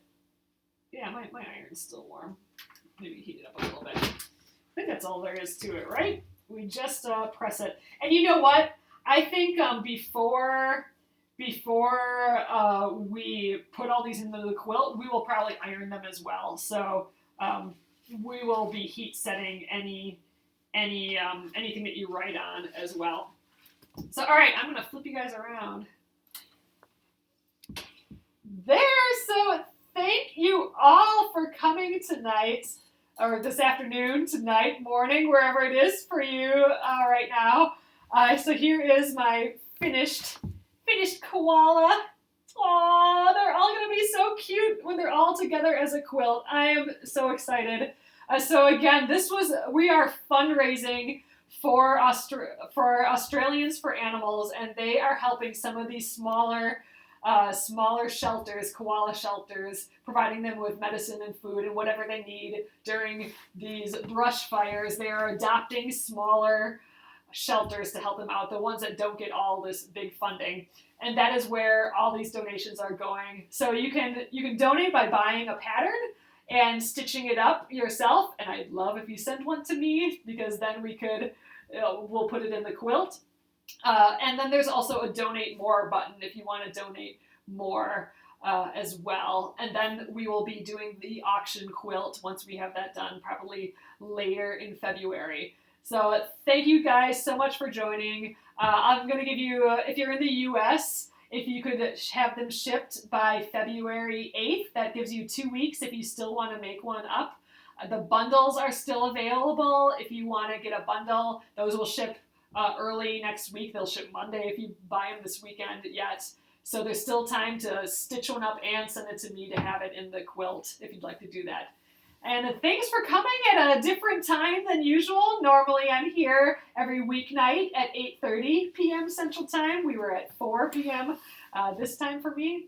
And yes, be sure to share your progress and share your koala in the Penguin and Fish Crafters group as well. If you click join, then I'll let you in there. So thank you guys. Have a great rest of your weekend. Have a great Australia Day. And I will see you again on Monday. Have a great weekend. Good night.